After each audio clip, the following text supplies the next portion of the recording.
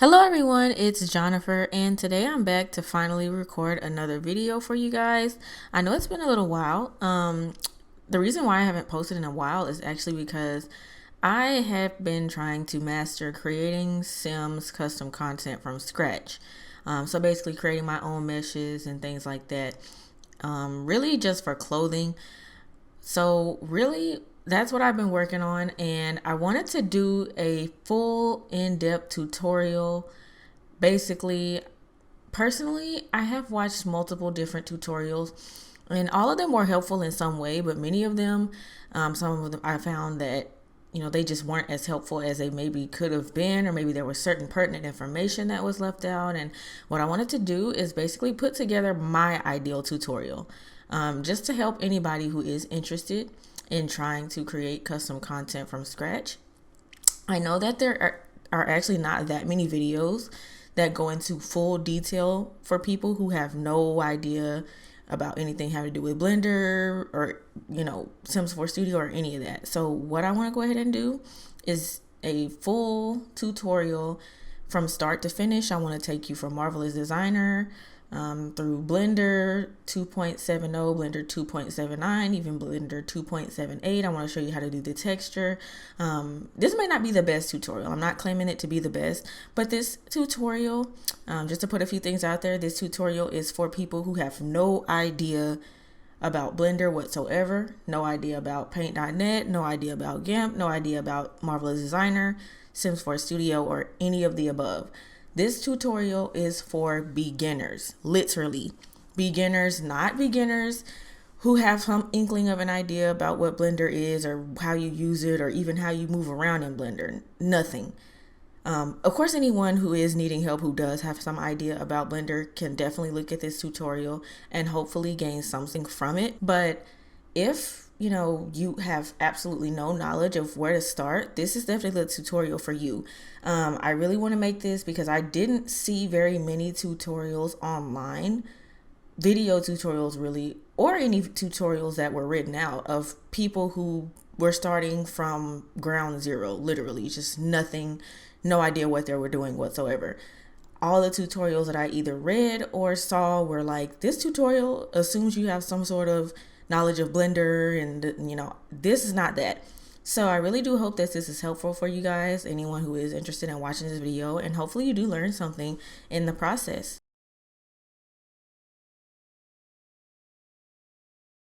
So the first chapter of this video is going to be what you will need in order to go ahead and make custom content. So you will most importantly need the Sims 4 Studio. And this is what the Sims 4 Studio looks like. But where you'll download it from is here. And I will have the link in the description, of course. I may put together a folder of things that you can download, but I don't know. I may just put the link to this in particular. So make sure you go ahead and download this from their official website. Just scroll down until you see download, and you'll be able to, either install it via one of these links. There's other links you can download it at, but I usually just use the zip and then unzip the file with my unzipping software. So you'll definitely need Sims 4 Studio before, above anything else, you will most certainly need Sims 4 Studio. The next thing that you will need is Blender 2.70, and I'm going to leave the link to the index of release of every Blender, and you just scroll down until you see Blender 2.70, click on it, and depending on what kind of computer and what specs your computer is or whatever, you'll download the one accordingly. I used this one, Blender 2.70 Windows 64.zip, and I unzipped it with my unzipping software and then ran it as an administrator. You will also need Blender 2.79. You can use 2.76, really anything after that, but I use Blender 2.79. So again, I'm going to link this in the description. Go over to Blender 2.79. The one I chose, let's see, I believe it's this one right here. Once again, Windows 64.zip. Download it, unzip it, run as an administrator. And Blender should open right up as soon as you do that. And you will also need I'm going to show you Blender. I think I'm going to show you Blender 2.8 or 2.9, one or the other. They are quite a lot alike, actually. So either one of those that you get, I'm pretty sure if you get Blender 2.8 and anyone's in between that and 2.90, it'll be fine, because I have both. You can have multiple blenders installed onto your computer at once, because I had 4, but now I currently have 3. So you can have multiple blenders installed at the same time. Now, the next thing that you would need, there's another way that we can do textures outside of Blender for our finished product, and that is with using a 2D software of some sort. Now, I will link 2 free 2D editing softwares. One is paint.net, and this is the official website. I'll leave that in the description. The next one is GIMP. GIMP is my favorite, but I will say paint.net is more simplified than GIMP. It has the most user-friendly interface, in my opinion. GIMP is also pretty easy to use, but it's a little bit different. But I also do like GIMP. I do use both of these for different things. Now, there's also Photoshop that you can use. And I have Photoshop. I really don't like to use Photoshop because I just started using it, and it's quite a bit different than GIMP and paint.net, but it is a paid program. So that's why I'm going to go ahead and leave the link to GIMP and paint.net, since those are free. You will also need Marvelous Designer. Now, Marvelous Designer is also a paid program. There are a few different ways that you can get Marvelous Designer for free. I will leave a link in the description to a video that will show you how to do that. But of course, I will not be able to show you how to do that. I do want this video to stay up, and I don't want to show you how to illegally download Marvelous Designer. That is something you will need, and I will leave a link in the description of how you can get to that without having to pay the full price. Although I would say most certainly pay for it.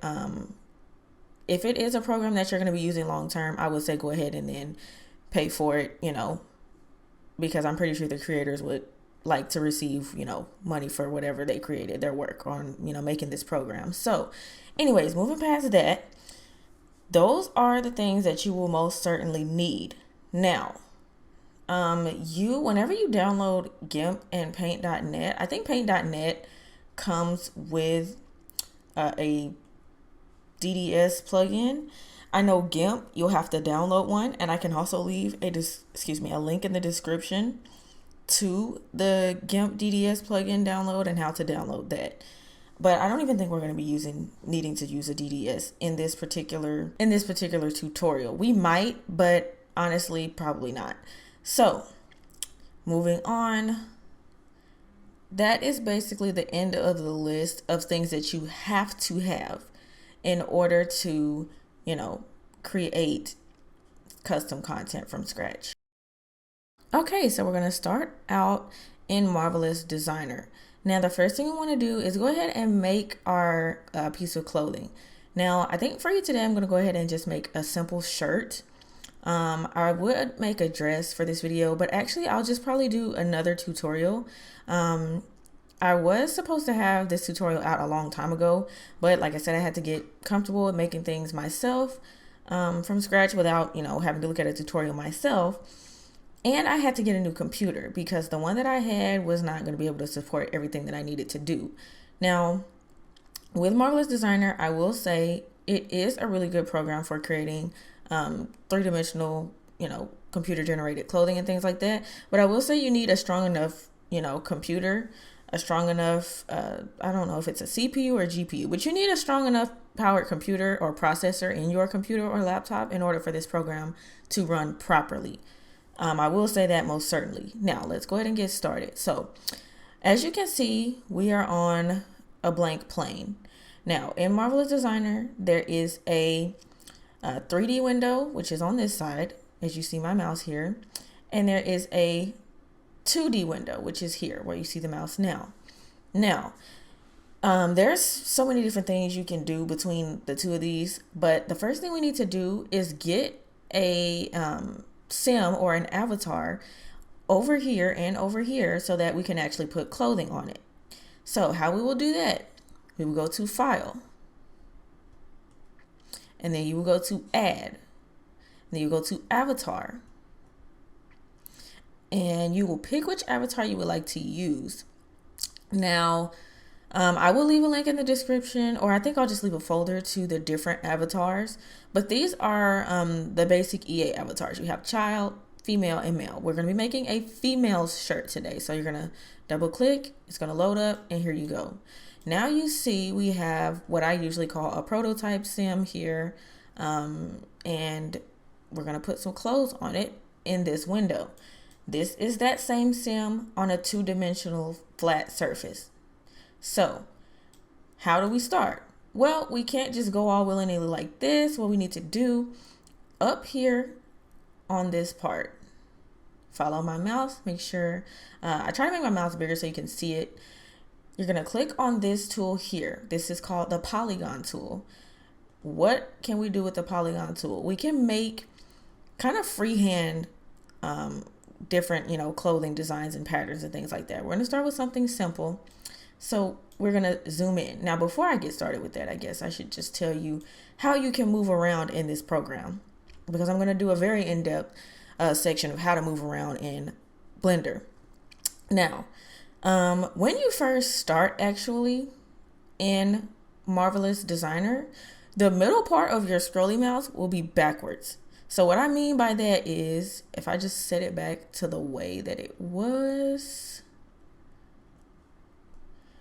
this moving your mouse in is actually going to make it go out, and moving your mouse out is actually going to make it go in. Don't know why it's defaulted like that, but if you want to fix it, just follow what I'm doing here. You're going to go to settings, user settings. You're going to go to view controls. Right here where it says direction, backward, you're going to move that to forward. You're going to close. So now I'm scrolling in, we're going in, I'm scrolling out, we're going out. Now let me show you, I guess, how to move around in this plane here. So if you want to scroll out and scroll in, same thing. After we fix this, the settings, scrolling out goes out, scrolling in goes in with your middle mouse rolly. And if you want to move the plane from like side to side, press down on your middle mouse scrolly and just kind of drag it where you want it to be.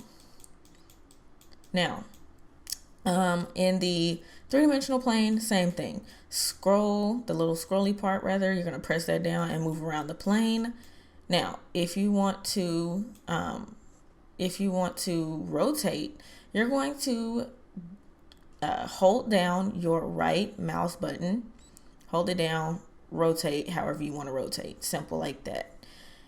So we're going to put her kind of back in the center.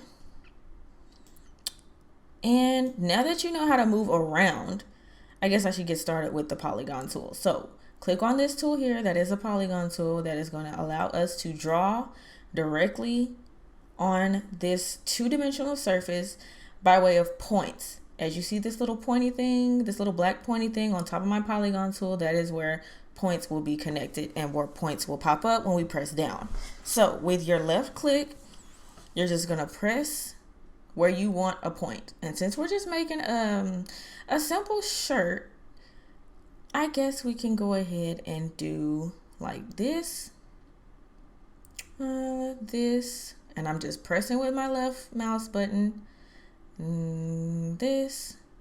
Now, the thing I love about Marvelous Designer, and by the way, this is Marvelous Designer 9, it in the middle, if you're on a particular line or at a particular angle, you'll start seeing this pink thing that'll line up for you automatically. So we're going to go down the middle. Let's say about here. We're going to go over to the side, and it's creating this straight line for me, guys.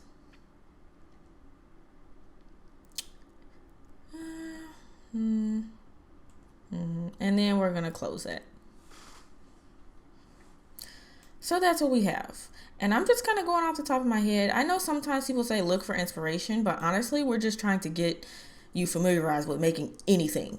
So once we have that set up like that, we're going to go over here and grab this tool, the edit pattern, the edit pattern tool. Press that. over here, this is where you can edit points and lines. So we're going to click on this line right here. We're going to right click. We're going to go down to where it says unfold. Now you can unfold, and then you can unfold with symmetric editing, and then with sewing. What that means is that if you do that, once we start sewing, if you sew something over here, it'll show up over here. If you sew something over here, it'll show up over here without you having to do it. If you just press unfold, if you sew here, it's not going to sew there automatically. You have to do that manually. So I want it to be automatic. I'm going to go ahead and press unfold with symmetric editing. Okay, and this is our shirt. Now, this thing here is called a gizmo. And if you've never used any 3D editing software whatsoever, this gizmo is going to do a few different things.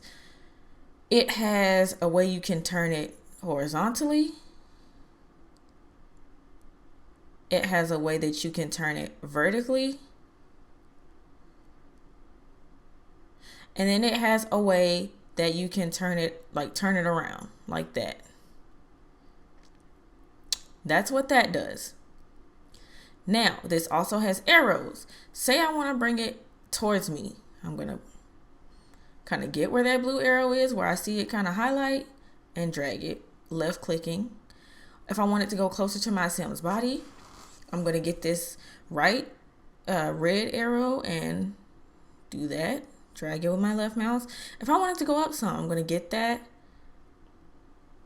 green arrow, make sure it's highlighted, drag it up and down. That's how gizmos work.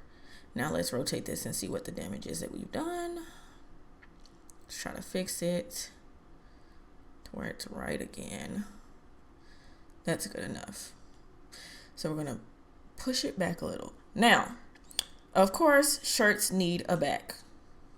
So how do we make a back? No, we don't have to remake this entire thing again. Luckily for us, we have this transform pattern tool. You're going to click that. You're going to just click in here. With your left click, you're going to right click and go to copy.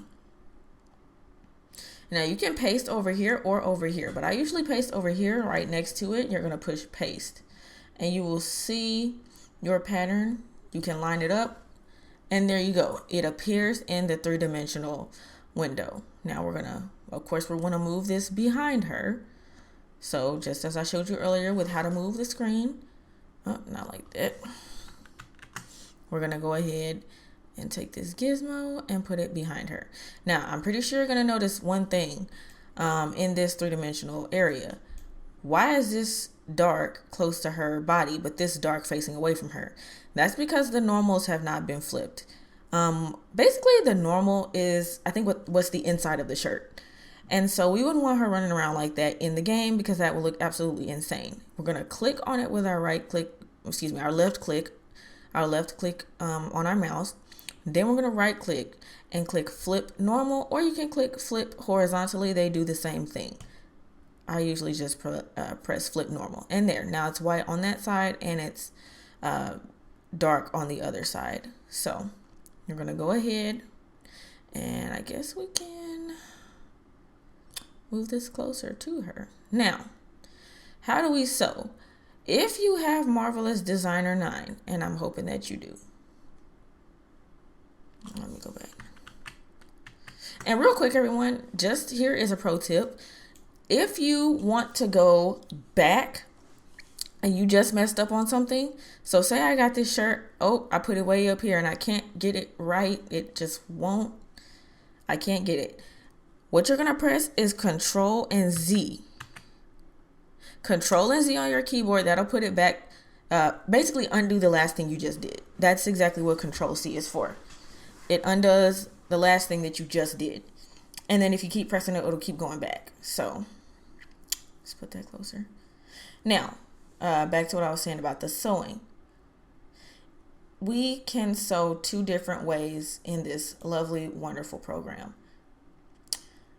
We can sew with the 3-dimensional area, or we can go ahead and sew in the 2-dimensional area. Me personally, I like doing it in the 3-dimensional area. I can show you how to do both, But 3D, get Marvelous Designer 9 or above because it's the best. It's honestly much better.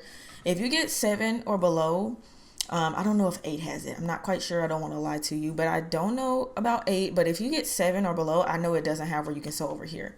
That's why I love Marvelous Designer 9. And let's see, before we start sewing, I see something that needs to be done. So say you want to move both the front and the back up at the same time. Press the one you want, then press shift and the other one you want. Click on one of the shirts and then you can move them both up or down or wherever you need to move it. There. Now, I'm going to go ahead and get the sewing machine. This sewing machine right here with the 2 dots and the line in between. Not this one, not this one. Get this one right here. And what we're going to do is press this line. Now, if you press the line closest to this end over here, when you get to the opposite side, you want to press the same line. Because if you do not, you will have this business going on. That's not good. That is not what you need. That is basically going to create what I call a black hole, which is basically where your material is going to try to devour itself. It looks so weird. You can create something like that if you're doing something specific, but we usually don't need to do that. So we're going to create a sewing line here. I'm going to go here, do the same thing. And remember, we put on symmetric pattern, unfold with symmetric pattern and sewing, so it does it automatically like I had stated before. We're going to click here, and then we're going to go ahead and click here. Then we're going to click here, and then we're going to click here. Now, how do we get this to come together and see what it looks like? Press this down arrow right here. That is called the simulate button, or you can press the space bar as you see in parentheses. I usually just prefer to press simulate. And there we go. We got a shirt. Now, once you simulate, this becomes a grab hand in the 3-dimensional area to where you can click on your mesh, grab it, move it how you want it, kind of pull it in, pull it out, that whole thing. Now, let's see. Do we want to add sleeves to this? We can. Sleeves is not that difficult. We could honestly be done here, but I think I want to show you a few more things how to use this program. So say you don't like this neckline. You want it to be a little more rounded, a little more, down, come down a little more. Go ahead and press this button again, this edit pattern, and you're going to zoom in. And you're going to click this point. If you want the neckline to go down, click this point. Make sure this point is clicked. Because if you just start going down, the whole thing is going to go down. Press this here and just bring it down some. And then simulate. Okay. I kind of wanted to go down a little bit more. I'm going to go down some. See what we got. Simulate. Okay. And then we're going to go over to this side. What if I want to bring this side up, though? Okay, that's what we're looking like. That's not bad. Now, I know you see all this clipping going on. There is a way we can solve that pretty easily, actually. But first, let's focus on actually finishing up what we're doing, and then we can go ahead and do that. Now, if you want to kind of round this out some, this line here, you want to round it out. Go ahead and grab this squiggly line here with the 2 points at the end right here. Click on this. And since we put symmetric pattern, it's what you do over here is going to happen over here. Not over here, but over here. So I'm going to go ahead and do that. We want to round it out some. Let's say we want to round that out some.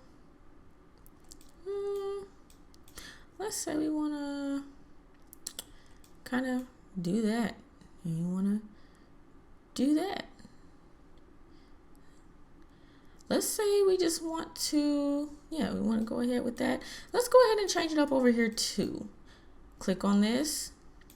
Let me zoom out a little so you can see better. Click on this, bring it in. You want to bring this out. You want to bring this in. And there we go. Let's simulate, see what we got. Kind of weird. Kind of weird. We might want to bring that in a little bit more. So let's go back over here. Just bring this in some more. Go back over here, bring that in some more. Let's see what we're looking like now. I kind of like that. Kind of like that pointy. I like that. Anyways, I like that. You may not like that. You don't have to do yours that way, but this is not mandatory what I'm doing with this, bringing the curves in and out, but I just kind of like the look of it. So this kind of reminds me of something that would be in Jimmy Neutron. Anyways, now that we have that done, let's try to get rid of this clipping, all of this skin showing through here, because we do not want that happening in our game. If it is clipping in Marvelous Designer, it will clip in your game. If it is clipping in Marvelous Designer, it is going to clip in your game, and that is a guarantee. So next thing that we will do, we will grab this here, we will press down, left click, and select all of that. Go over here to particle distance, which is here, 20. Now, particle distance is really the distance between the polygons, how many polygons are going to be in your mesh. And if you've ever seen someone clothing, you might look and it'll say poly count such and such. That is what this kind of is right here, or this is kind of how it starts. So the higher the number, the least amount or less amount rather of polygons that you will have in your mesh. The lower the number, the more polygons you will have. And the more polygons means the slower your game could be, depending on how many outfits that you have in your game with such a high poly count. Me, I usually go somewhere between 15 and 20. I usually just prefer 18 or 17. That's such a, inconspicuous number, I guess. 18. And then you'll simulate. Okay, gotten rid of some of the clipping, but not all. Next thing I want to do is go down here to where it says remesh. It says remesh beta, and it's over here under miscellaneous. You will check this. And once you check that and the little yellow arrow says that it's on, you're going to want to go to simulate again. And now we see what that's looking like.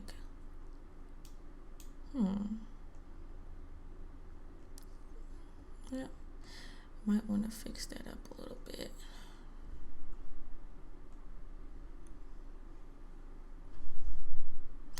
But you can also turn it off. And let me show you what this looks like off. So if we go here, here, and do mesh, you can see these are the polygons.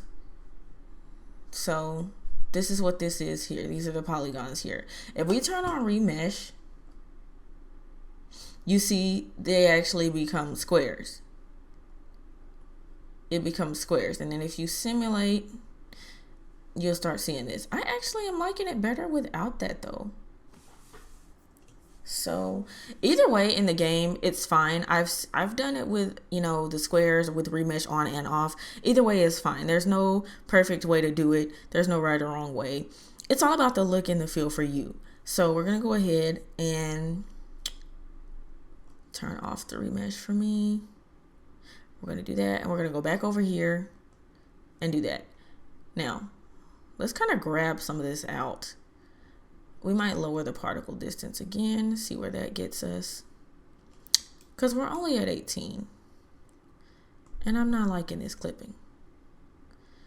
Or you know what I could do? I could lower these points. I think I might lower it a little bit. And see what that does. Does that help anything? A little bit. So I'll pull it down a little.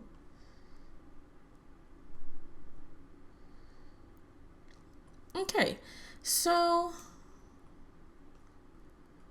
I'll just pull that out. I think we're going to lower the particle distance again. Now keep in mind, this is just me. In your particular garment, you may not have to do this, but this is just what I'm creating. And if you're following this tutorial and you like what you've gotten, go ahead to the next part. If you like what you have already, go ahead to the next part. I am going to put in the description, you know, hopefully the time stamp to each individual part. But this Marvelous Designer part is probably going to be the longest part. So let's go ahead. Let's lower it down to 16. And then let's simulate. Okay, there we go. It's a little bit of clipping right there. It is not trying to stop clipping right here.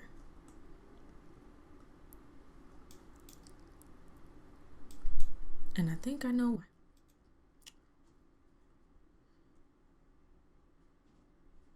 Oh, that's on there.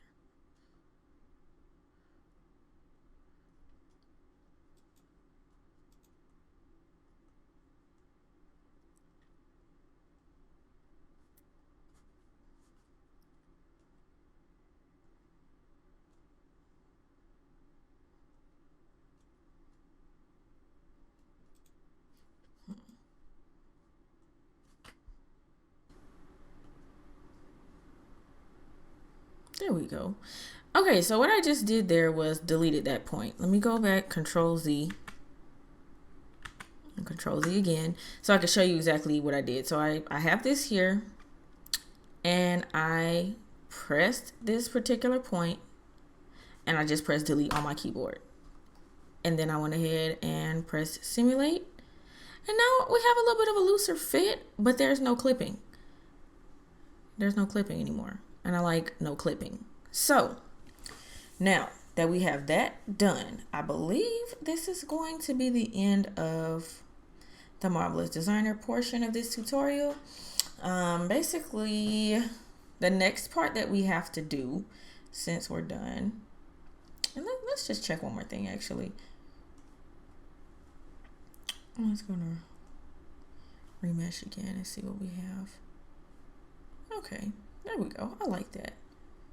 That looks pretty good to me. So here's our mesh. Now, to make your mesh a little bit better to see once we get into Blender, go ahead and click on fabric and then go over here to where you see color and then where you see none, which means it's white. Go ahead and change that color to something that will be a little easier to see once we get into Blender, because I don't know, that's what I like to do. I kind of like that color, so I'll add it. And if you press add on a color, that means it'll be there in your color, I will say color wheel, but in your color selection every time.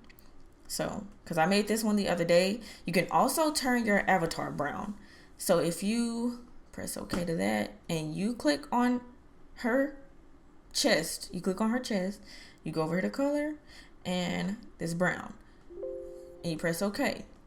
Go over here, press the head, and you press brown. You press OK. You go over here to the bottom part. Brown, OK. Now she is a beautiful chocolate mocha colored doll thing, prototype sim as I usually call it. And that's how you do that. So we're almost done in Marvelous Designer. One thing that I would say, and do this every single time, before you export your mesh from Marvelous Designer, I would say go to the simulation and then go, it's over here in the top right corner, go to UV editor and just zoom out. Make sure these two things are not on top of each other, because if they are, you're gonna have to open this up again in Marvelous Designer and remove them, because it's almost impossible to do in Blender once you have it exported. Go ahead, make sure these are not sitting on top of each other, and then go back to simulation. Now I like to save my stuff as project and export it as well.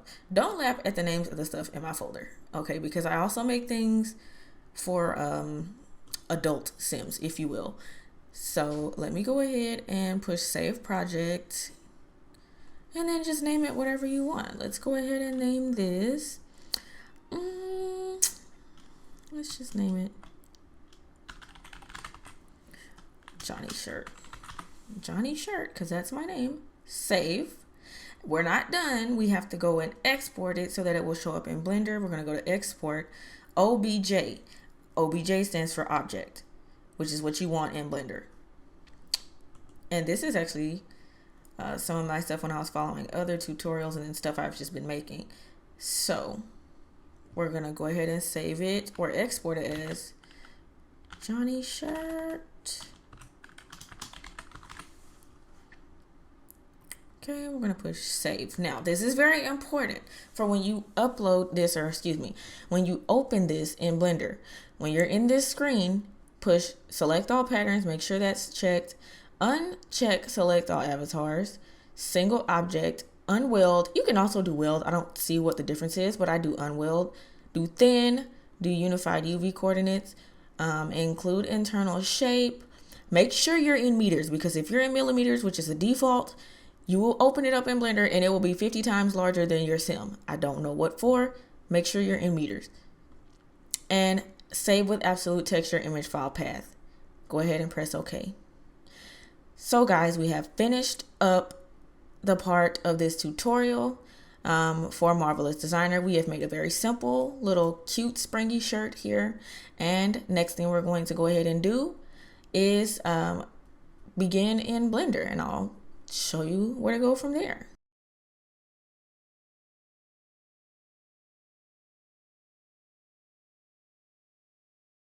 Okay everyone, so now that we are done with Marvelous Designer, the next thing that we need to do is go ahead and import our creation into Blender. But before we do that, we actually have to go into Sims 4 Studio and export our nude mesh. And while we're here, we might as well export our reference mesh as well. And so what that means is that we need a nude body to attach our shirt to. And then we also need a reference as well, so that we can do what's called a weight transfer and a data transfer. So first things first, we're going to go ahead and, well, when you first open this up, if it's your first time ever using it, you're going to go over here. My creator name is already there, but you'll have to put in a creator name. When you go to settings, you want to make sure you choose the file path for your Blender. So basically go here, press these three dots, find your Blender, and then that way Sims 4 Studio will be able to read that Blender is on your computer. This should be automatic as long as you have the Sims installed. This should be automatic as long as you have the Sims installed. So we're going to go over here to cast, which is of course create a sim. We're going to go to create a 3D mesh. Press the cast button. Now nude was already in here, I guess, from the last thing I finished making. We're going to go ahead and let me just undo that just so you can see what it looks like when you first get in there. This is what you're going to see. It's going to be on hats, and that is the first part type. Since we're creating a shirt for a woman and we're doing our nude, you can go to female, you can go to adult, you can go to clothing top, and then you'll go over here to the search bar and type nude. And we're going to go ahead and click on this and go to next. And so now we're going to go ahead and save it. This is our package file. This is also going to be the file that you're going to save your actual clothing piece on. So this is where I save mine in my package files folder. You can save it wherever you like, and you just type out whatever you want the name to be. Or if you want to, you can just honestly type in this tutorial or whatever. I'm going to type in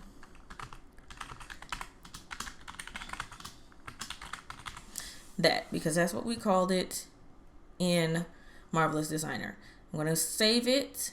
Now that we're in this screen, you will want to go over here to meshes. There's a texture, meshes, and categories tab. We're not going to use texture texture and category for now. We're going to go to meshes. You're going to want to be on LOD 1, which is level of detail 1. You're going to export mesh. Export mesh.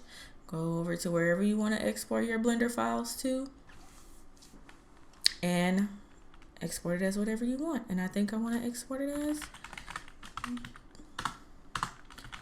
Johnny shirt. Save. Now we're going to wait for that to export. Great. Now we're going to go ahead and open up Blender 2.79. Perfect. Now that we have that open, we're going to go ahead and go to File, open Johnny shirt. And your sim will appear right here. You'll have this, this, and this. You do not need this at all. This little part right here that I have my mouse on, don't need it. Push it back.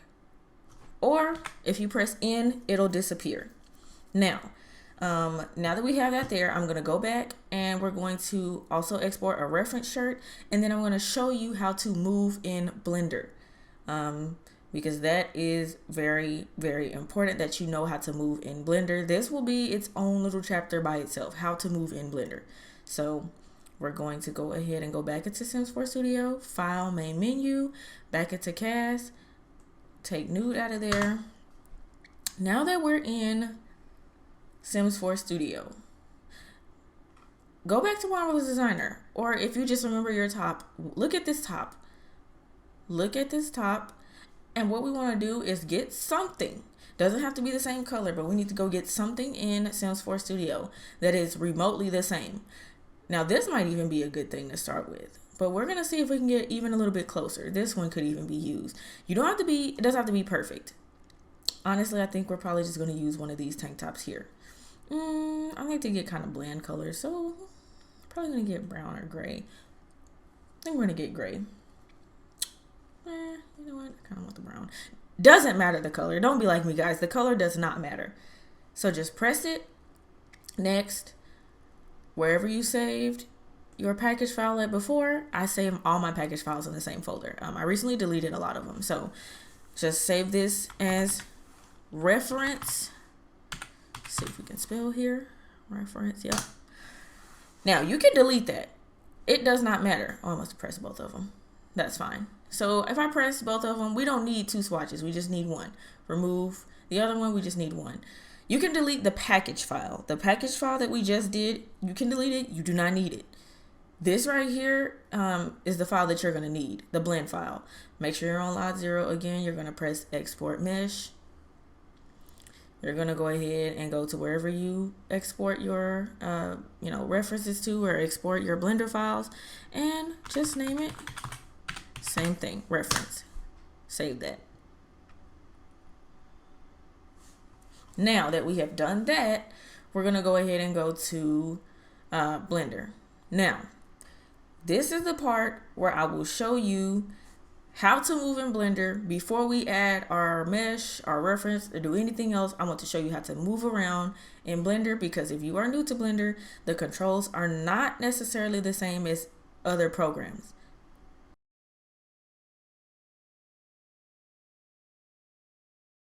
Okay, so this is a tutorial, the part of the tutorial that you're going to want to make sure you pay extra close attention to.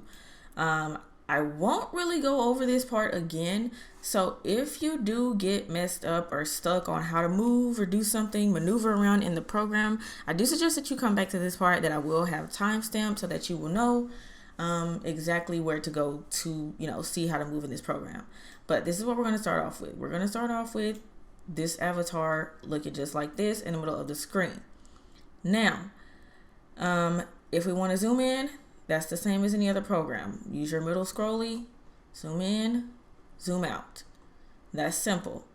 If you want to kind of rotate, you're going to press inward on the middle rolly and just kind of rotate. Just hold it down, rotate on the screen. Now, should you want to, let's just say you should want to move around the plane. Like you want to move over here. You want to move over here.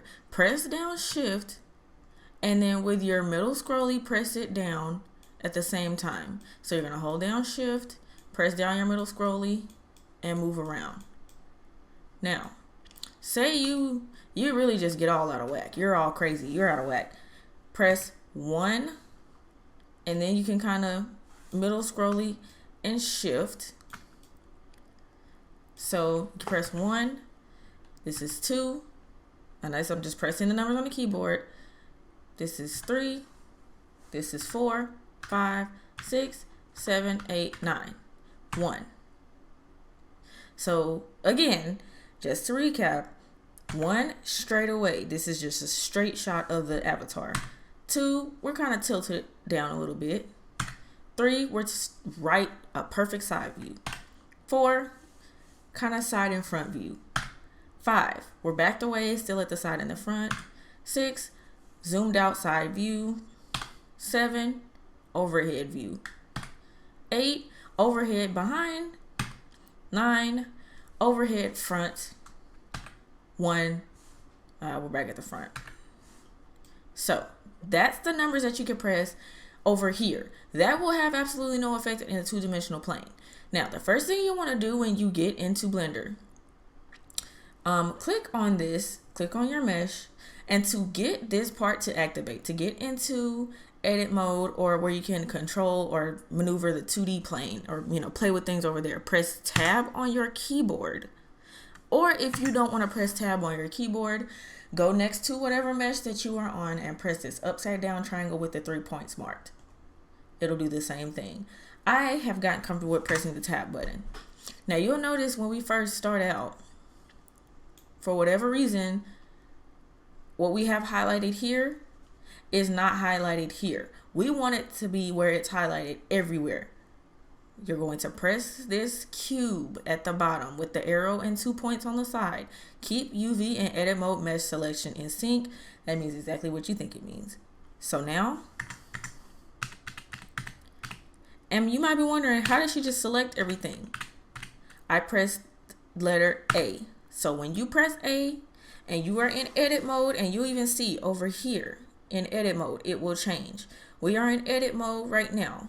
This is object mode, where you can only maneuver things over here. You can't really play with the vertices and things like that.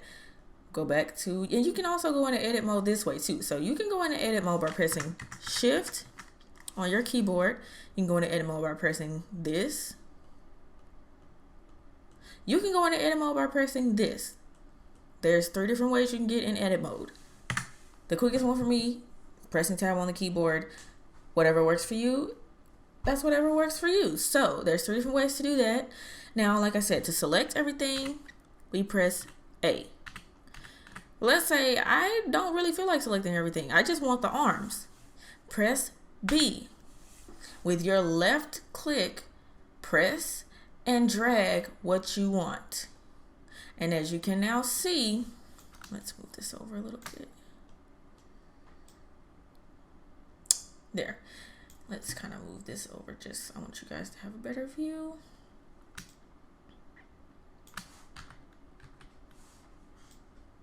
There.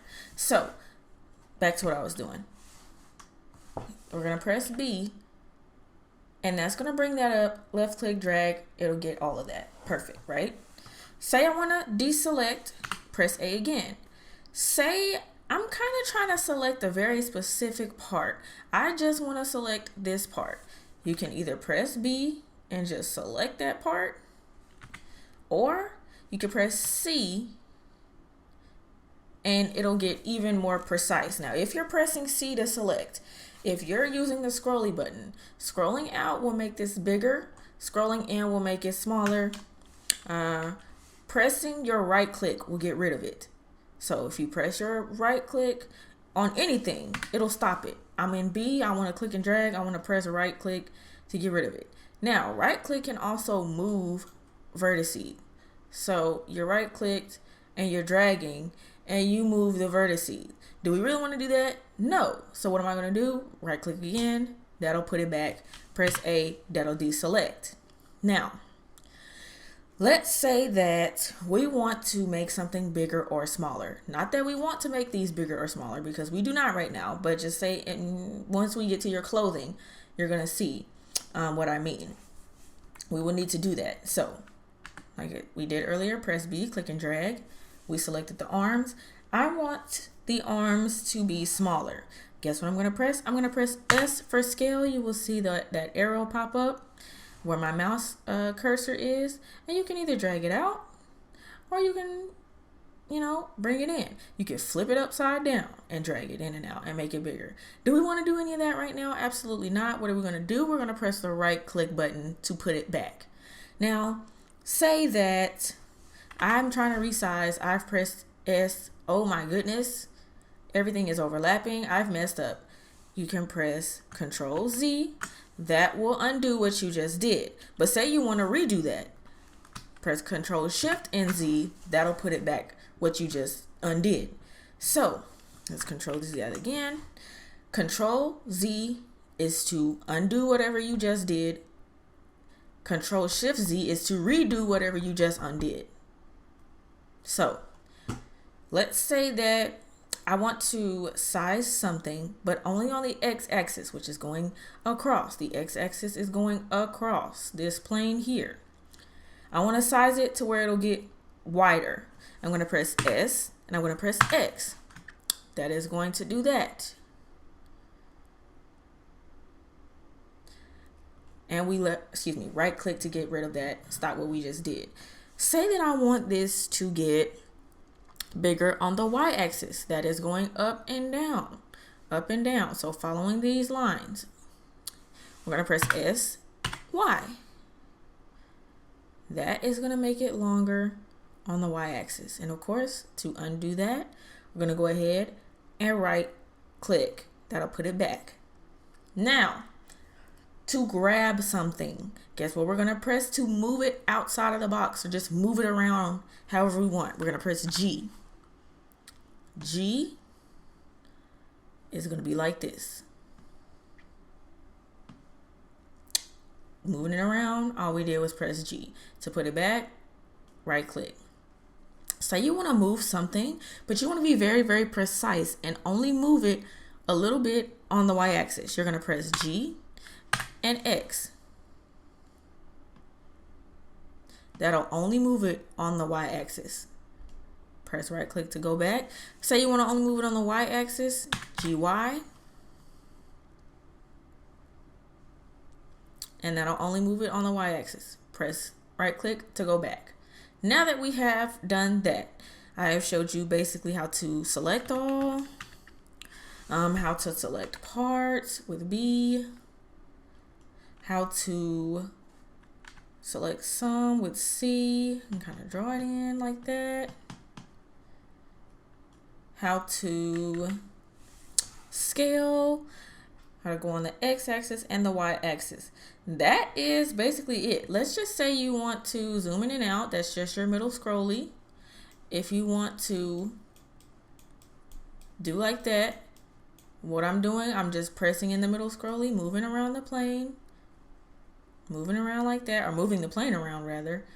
And that is basically the basics of how to move around in Blender. You can skip this part if you already know how to do that, of course, but I feel like this is really good because many people who are starting out have no inkling of anything that they're doing, and I just want everybody to know these are the mouse functions because they're not quite like any other program. So that is basically how we move around in Blender. Next, we're going to get to actually beginning to create our mesh. It is time for us to go ahead and add in our actual shirt. So the way that we're going to go ahead and do that, don't mind me, I'm just moving papers around. I don't know if you guys can hear that, but that's what's going on. Anyways, go to File. Oh, get out of edit mode. So press tab. Go to File. Go to Import. Go to Wave Font OBJ, which is Object. Wherever you saved your Marvelous Designer file. And I saved that as Johnny Shirt. And let me just go back so you can see that again. Import Wavefont OBJ. There's going to be two of them. You want OBJ. MTL, don't even do that. I don't even know what that does. But object is what you want. You're going to press object. So we've already done that now. Once we do, you will see your shirt in here. It's like, oh yay, my shirt. Oh my God, I'm halfway done. Not quite. So now that we've done that, we want to pull this menu over some, and we can honestly pull this one over a little bit too. Press tab. Let's go to this one, and let's press tab. It's outside of the box already. Perfect. Now, the first thing that we want to do with our Johnny shirt, or whatever you named your shirt, you're gonna go over here to this upside down triangle. Object data is what this is called. Close this. Press this triangle right here to close it. We don't need that right now. Where it says UV maps, it should already be open. You're just going to lengthen it by doing this. Hovering over it, left clicking, dragging. UV map, double click, and call that, begin to type in UV underscore 0. This is crucial. Do plus UV underscore 1. You have got to name your UV maps UV 0 and UV 1 because they have to be the same name as what a Sims or an EA UV map name would be. So you definitely want to do that. Do not forget to do that. That is very crucial. Once you have done that, so we're going to make sure it's out of the box. It's already out of the box. And the next thing that we want to do is go to the EA mesh, go into edit mode. And as you see, there's parts of the body that this shirt is covering. So we don't necessarily need those. However, the way that this shirt is, I'm okay with seeing under right here. Because it would be weird if you were to pan and not be able to. The back, however, is you can barely see under that. And I don't think you'll really catch too much of a glimpse of that in game. What we're going to go over here and do, press this picture, press base texture. Well, highlight everything. Press A, select all, go to this picture, go to base texture. It will line up with this. This is what we need. Now, there is also another one that you will need. And let me just go in here. Thumbnails. This is also one you will need. So I'm going to leave a link or a folder where you can download this one. This is a placement map, which is a little bit different. We don't quite need that one just yet. But we do want to go back into Blender. And the parts of the mesh that is covered by the shirt can be deleted. So what that means is that, press A to deselect, we're going to scroll in. Most of the back is covered. So let's just start where we think it might be. Let's go here to maybe here. That part right there, you can see. If you see orange, you don't need to delete that because it's going to look so weird. So let's try again. Let's start here. Okay, can we see any orange? No. So if I press X, which I'm going to go in here to the 3D plane and the blank space, press X, you're going to press faces. Make sure you press faces. It's been deleted. Now, this part, the breast part can be deleted. Almost all of the breast part. Not the top of the breast. And for that, we might actually want to just get C. Oh, no. We got breast. So we don't want that. We want to get maybe from here to here. Do we see any orange? No, we don't. So what do we want to go ahead and press in the blank space over here? X, faces. That will delete that. And really all this is doing is opening up space for you to put your actual shirt mesh at. Do I ever put my shirt meshes over here? No. Should I? Probably. But I don't, and so far so good, it hasn't been a problem. But we just don't need that part. So the rest of this, I think we're pretty good on. Let's see.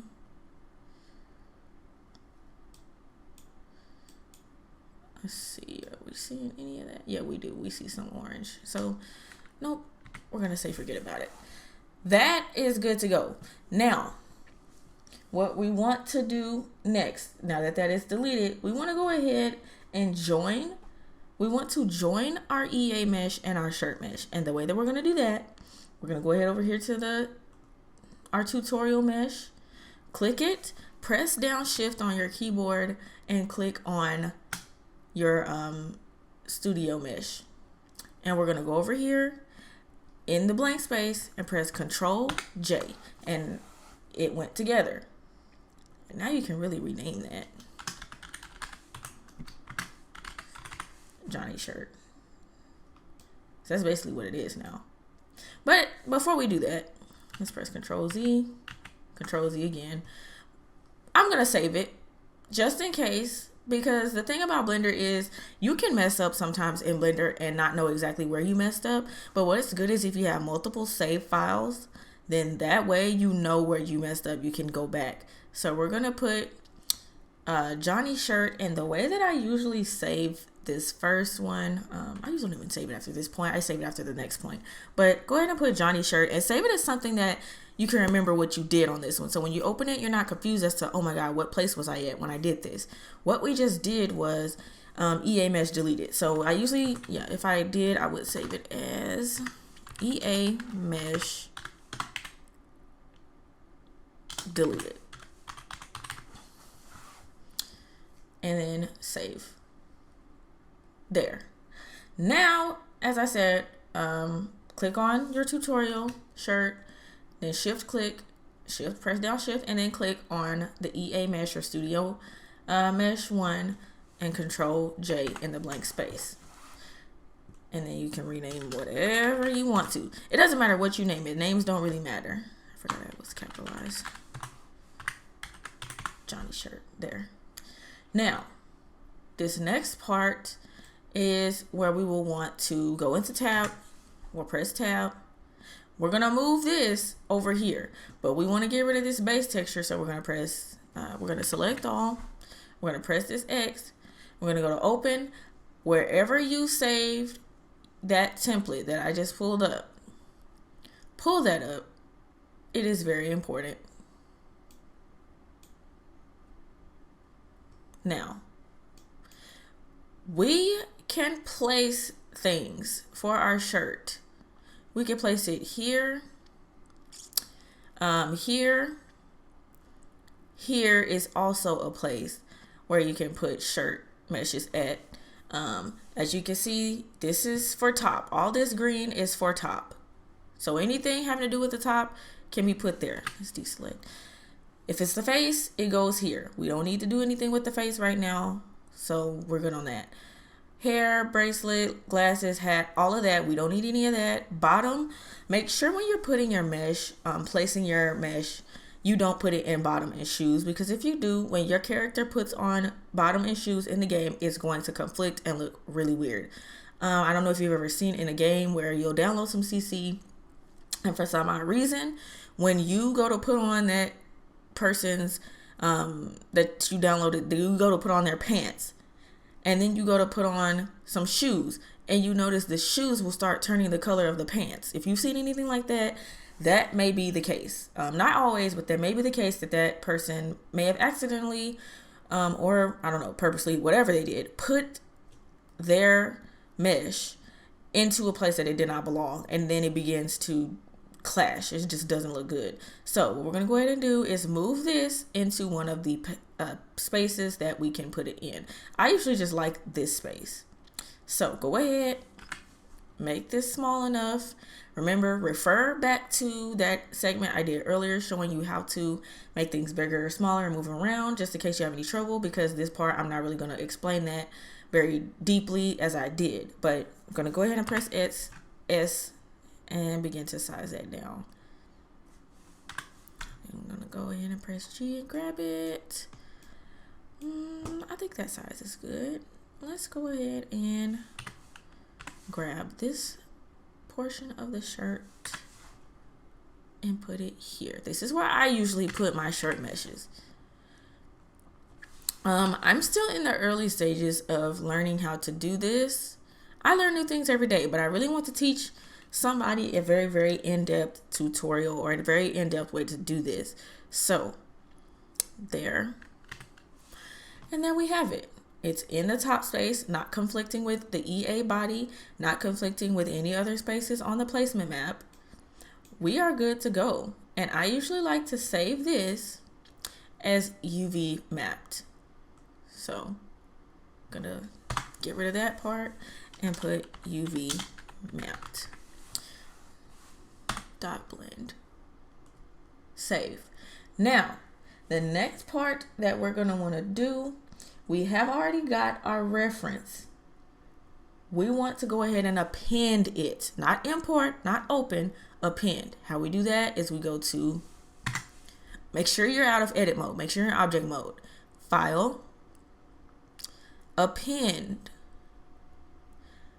Your reference that you had earlier, whatever you save it as, find it, double click it, go to object, and go to where it says Studio Mesh 1. Now, depending on what you used as your reference, it may have more than one mesh group. And that means that when you open this up or append this, and you click on the part that said objects, you'll see Studio Mesh 1, 2, 3, 4, 5, 6, 7, 8, 9, whatever. Get all of them. Get them all. And how to do that, you hold down the left click and just do that to select everything. Select all of the Studio Mesh that you see. But this one has one mesh group. We're going to double click it. Now, you're going to see this weird looking dome thing pop up. But you're also going to see our other mesh that we just appended. What you can do, come over here to where it says bone shape. You do not need that. Delete. Where you see rig 001, you do not need that either. Delete. You only need that rig. You don't need the other one. So now you have Johnny shirt, and now you have Studio Mesh 1. We're going to rename that to reference. You can call it reference, example, cheese, potato, whatever you want to call it. Just know that that is your reference that you need. Now, we have Johnny shirt, we have reference. Next thing we have got to do is a data transfer. So, with the data transfer, what you're going to want to do is go to Johnny shirt. Go to this wrench, object modifiers. You can press this arrow because we don't need that one right now. Add modifier. Go to data transfer. It should be all the way at the top on the left. Data transfer. Click it. We need to do this.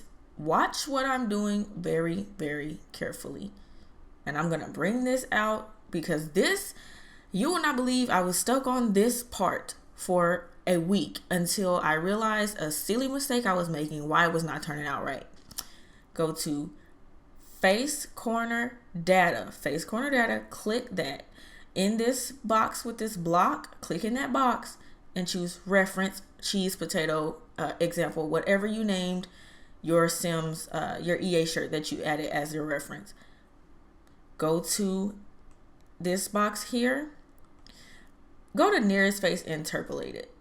I don't know exactly why we use that one now, but I find that for some reason using that one, I don't have as many mishaps as if I try to use the one that's already there or whatever. Maybe I'm doing something wrong, but nearest face interpolated is what I use.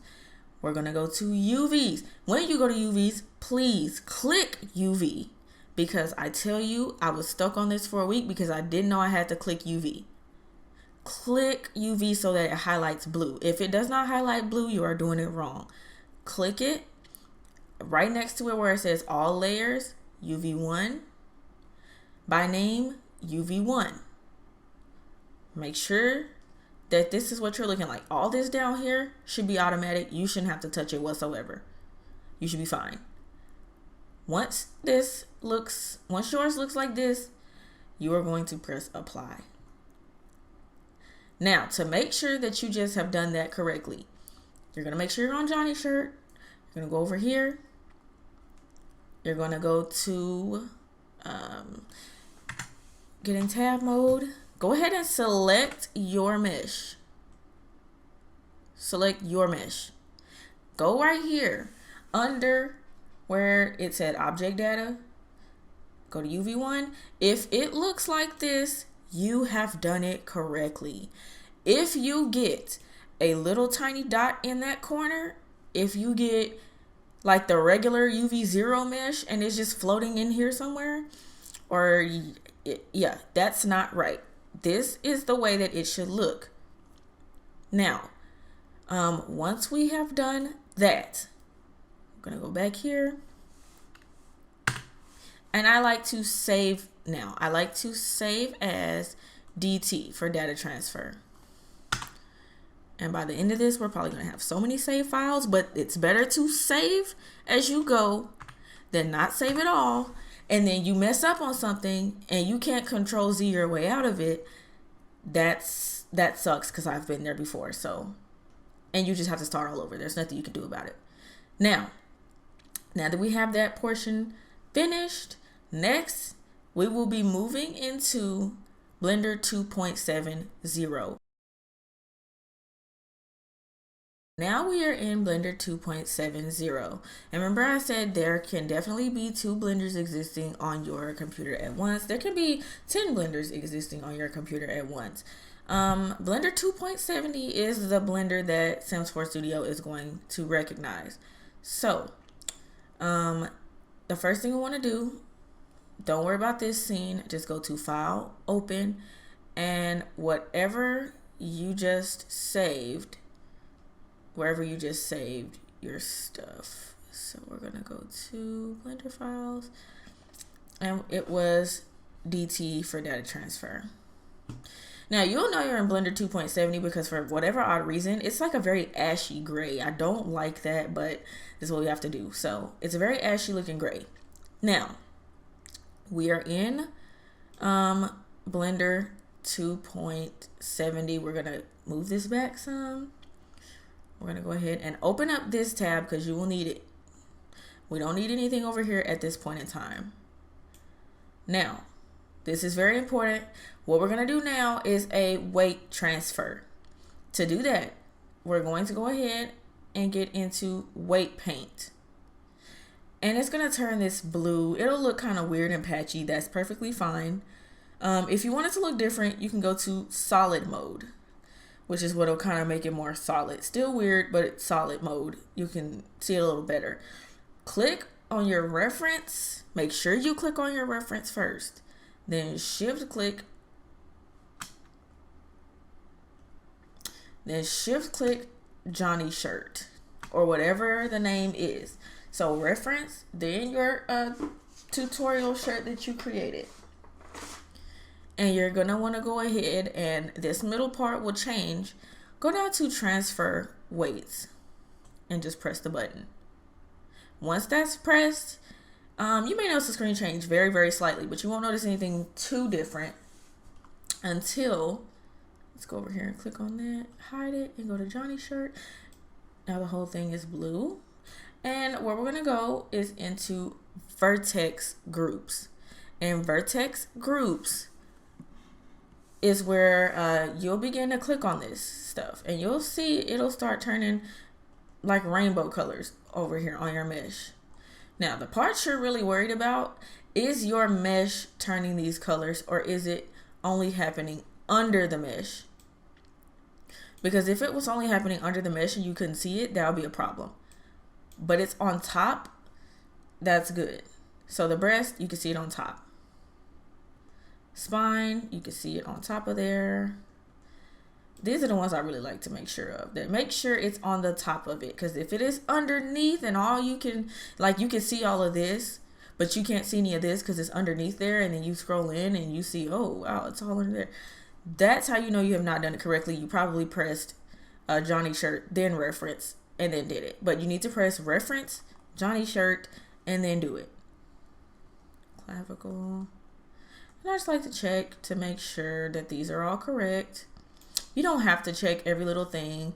More than likely, if one is right, all of them are right, because it's like they're all connected. So, okay, everything looks good. The weight transfer has been done. Now, after this point, you can actually go ahead and delete your reference. You don't need this reference anymore. So, click the eye. And also in Blender, these eyes means you'll be able to see or unsee something. So if we click that, we can't see our mesh anymore. If we click that, we can't see the reference anymore. So that's just that. I probably should have said that at the beginning, but it'll be all right. We're going to make sure we can see the reference. We're going to go ahead over here. I don't know why that popped up. And delete. We don't need it anymore. Go ahead, file, save as. Go ahead and save that as, I like to save that as weight paint. So WP.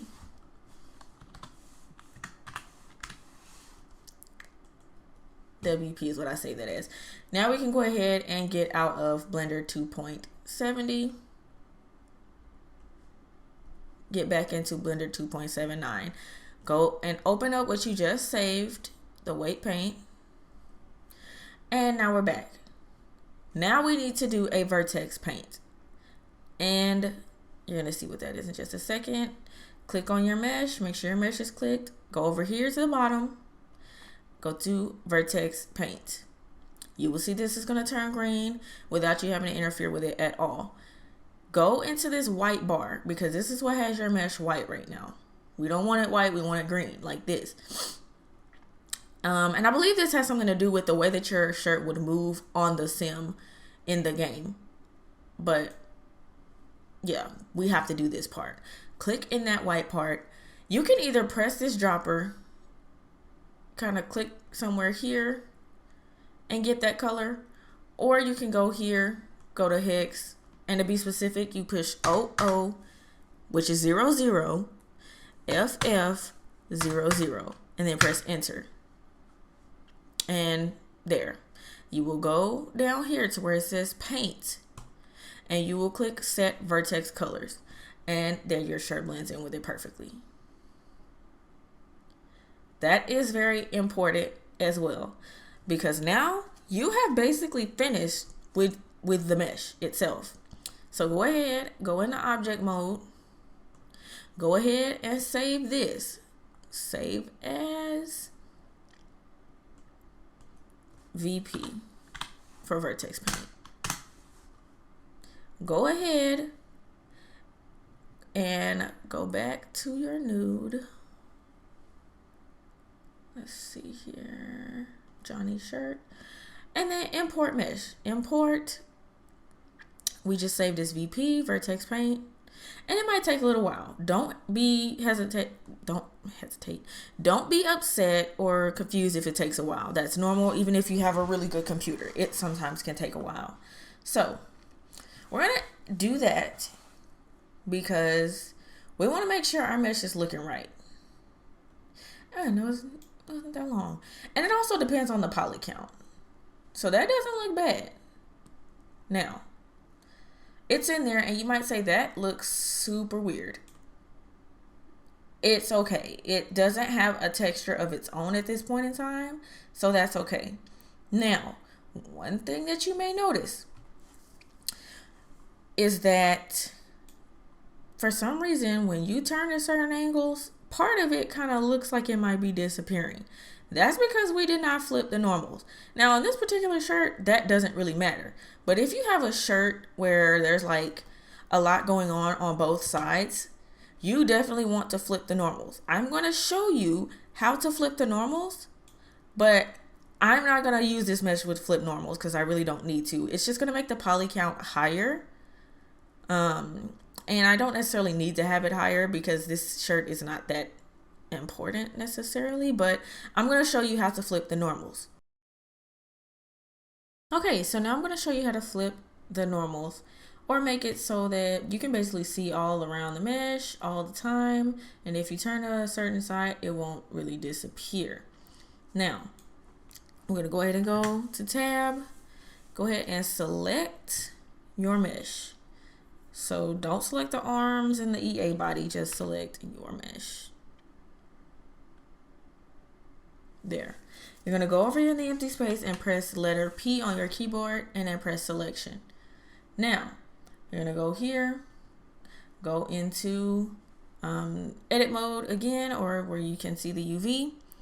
And then you're going to go ahead and select that, or you could just press A, select it all, Control C. And then get out of edit mode by pressing tab, Control V. And then you're going to go ahead and delete where it says bone shape. You are going to delete that. Delete rig.001. Again, you do not need that. And we're going to delete it. Now, you want to go ahead and press this one, Johnny Shirt 001, and then this one, Johnny Shirt, and then Control J so that it's one again. This one here is the one we're about to flip. So I'm gonna select that. And then once we have done that, we've joined the other two meshes. We have that selected. We're gonna go to the space bar, press the space bar, and then we're gonna go ahead and type the word flip. So just begin to type the word flip. And you'll see it says flip normals. Go ahead and click that. Flip normals. And did you see that change that just occurred? So if you didn't, let's go Control Z. And let's do that again so you can see. There. Now it's literally it's a full shirt now. You can see on both sides and everything now. Go ahead, go over here to Johnny 002. Shift select Johnny shirt, Control J. And that is a complete shirt. File. I'm gonna go ahead and save as. I like to save this one, SFN, for flipped normals. Save. Okay, so now that we flipped our normals, you can see where I was showing you earlier, where we could just see it and it would disappear. It doesn't do that anymore. The normals have been flipped. And if we go back to the meshes tab, the poly count has doubled because we doubled the shirt. So now we need to put a texture on this shirt because we can't have her walking around like this. In game, it won't show up as anything. It'll show up as black. Just straight darkness, black, if you go in game like this. There are so many different ways that we can add a texture to our mesh. We're gonna open up the one that we saved before flipped normals, which was vertex paint. And the reason why we're gonna do that is because we need to delete the arms, the head. We need to do all of that, but we can only do that. We can only bake a texture on a one-sided mesh. Blender cannot bake a double-sided mesh, or it might be able to, but it's probably not good. I know you should only be baking one-sided unflipped normal meshes. So that's why I say make sure you're saving as you go so that you can refer back to one where the normals are not flipped, where the poly count is not doubled, where the shirt is not two-faced. So we've opened up the vertex paint one, and we're just gonna start with the most simple way to do a texture in Blender. There is so many ways you can add a texture. You can add a texture in Blender, you can add a texture in a 2D editing software. You can go to Blender 2.8 and 9 and use a shading tab to texture. So many ways we can do this, but the first way I'm going to show you is the most easy way to add a texture to a shirt in Blender. To begin, we're going to go ahead and go to tab, and we need to just delete all this in body. Do not delete your mesh, because then we'll have nothing to bake and this will just be invisibility here. Delete the sim body. So the hands and the arms and all that. Go over here, press X, faces. And this is what we look like. This is good. Now, you might say, how do we get rid of the head and the legs and all of that? Go to rig. And then we're going to go ahead and you see all of this. Not only do you want to press the eyes on these, you want to press the cameras, because if you don't press the cameras when you're baking, you will get a weird handprint. I used to have that all the time, and then I finally asked somebody for help and was like, why am I getting handprints on my meshes when I bake them? And they said, you have to turn this camera off. What this camera means is that this is also what's going to be baked into your texture. So we don't want bottom, feet, head, and all that baked into our texture. So we're going to cut off the camera and the eyes on that, and you'll slowly see this stuff start to disappear until you're only left with this. Now, there's one more thing we need to do before we can start trying to bake anything. This right here needs to change. We don't need this background. We need to press X. We need to go ahead and do new. Here, you can title this whatever you want to title what this picture this is going to be. This is basically what we're trying to do, is get a 3-dimensional top on a 2-dimensional surface. That's what we want to do. We're going to go to 1024, 2048. Make sure alpha is clicked. Make sure it's just the black color, blank. Okay. And then let's see. Yeah. So good. We're good. Now, we want to go to, let's see, not that. We want to go over here to, we can do rendered. And if you're doing this and you're in Blender, you can do rendered, you can do material. For this one, this is nothing too complex. This is an easy way to do materials and texturing and Blender. There's way more complex ways, but this is going to be a pretty simple one. Go to this ball here. This ball with the checker pattern. Go to it. You can also go over here, but you really want to go over here. And you want to press the minus on both of these. Or if you want this to be green like this, that's fine. That's the fabric you put on there in Marvelous Designer. And there's also ways to do fabric in Marvelous Designer and then just import your mesh and then export it and then bake the texture that way. I prefer to do it where I usually just get rid of it and start from scratch. But if you say, hey, I like the color I use in Marvelous Designer, I want to keep that, there's no problem. Keep that just like that. You can make modifications to it, but let's just say you want to keep it exactly the way it is. Go to this camera, go down here to where it says bake, go to where it says ambient occlusion, go to full render. Margin needs to be 1, 2, 3, or 4. I usually do 2. That's usually what I like. And press bake. And this is what we're gonna have.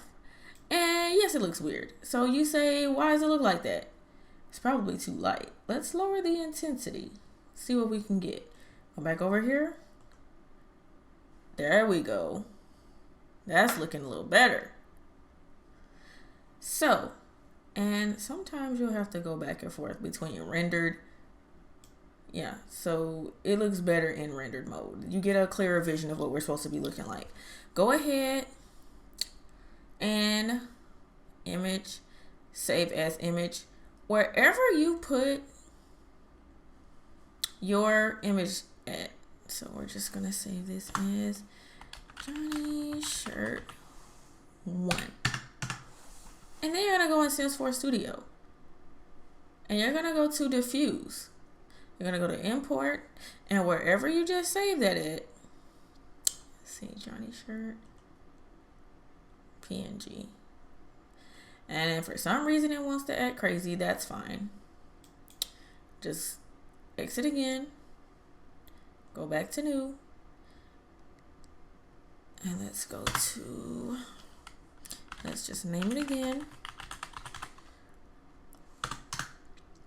And guys, sometimes Blender will do this for whatever reason. It'll be that way. Let's make sure this one is set the same. Because sometimes that's the problem. There we go. It should be fine now. Go ahead and bake again.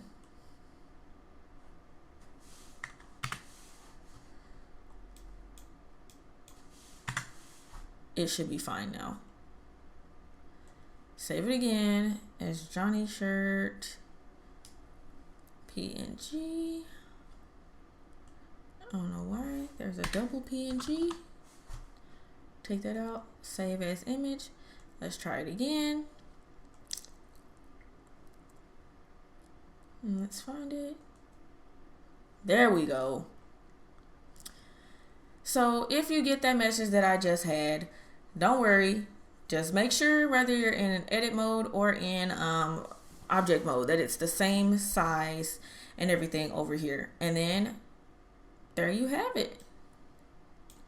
You have made a shirt. So let's just say we are cool with this. And you want to go ahead and you want to put the color here so that when you're in game, you can see what it is. Go ahead in this square, right click, and you'll get a dropper tool. Go right over here to the color, left click, and there you have it. Categories. So what categories do you want the shirt to be in? Is basically the answer. It's a female shirt. We have to have an underclothing top. Colors, I'm probably going to make several different colors just to show you guys how we can do different textures. Young adult, teen, elder, adult, feminine. Just check whatever you want. Whatever you want over here, check it off. And I think, honestly, this might be good enough for now. And we're just going to save. We're going to save that. Oh, I do want to put tanks up. And then we're going to save it again. Now, what I do for my catalog thumbnail, which is basically what the image you're going to see in Create Sim, I go to import and I just use the word test. And I've done tutorials where you've probably seen that before if you've watched any of my other videos, but just put the word test. That's something easy to find when you're in the game. So we did that. Save again. And let's go back into Blender. So say you say, okay, I don't really want to use the same thing that I used when I was a Marvelous Designer. I want something different. Let's just go ahead and press subtract, press new, and you'll see it's white. And we're gonna go move that over. We don't need it to be that big. Now, this is still the simple way to do this. This is a simple way. Go over here to where it says diffuse and start seeing what colors you want. I don't know, lately I've really been feeling this pinky color, so, and just kind of play with these. Oh, I like that. See what you want. See what looks good. I don't like that one, but I like that one. Oh, maybe I don't like it. Oh, maybe I do. Okay, so I've done that. I went to diffuse, Fresnel, ramp. You can change this ramp color too. You can do a lot of different things, honestly.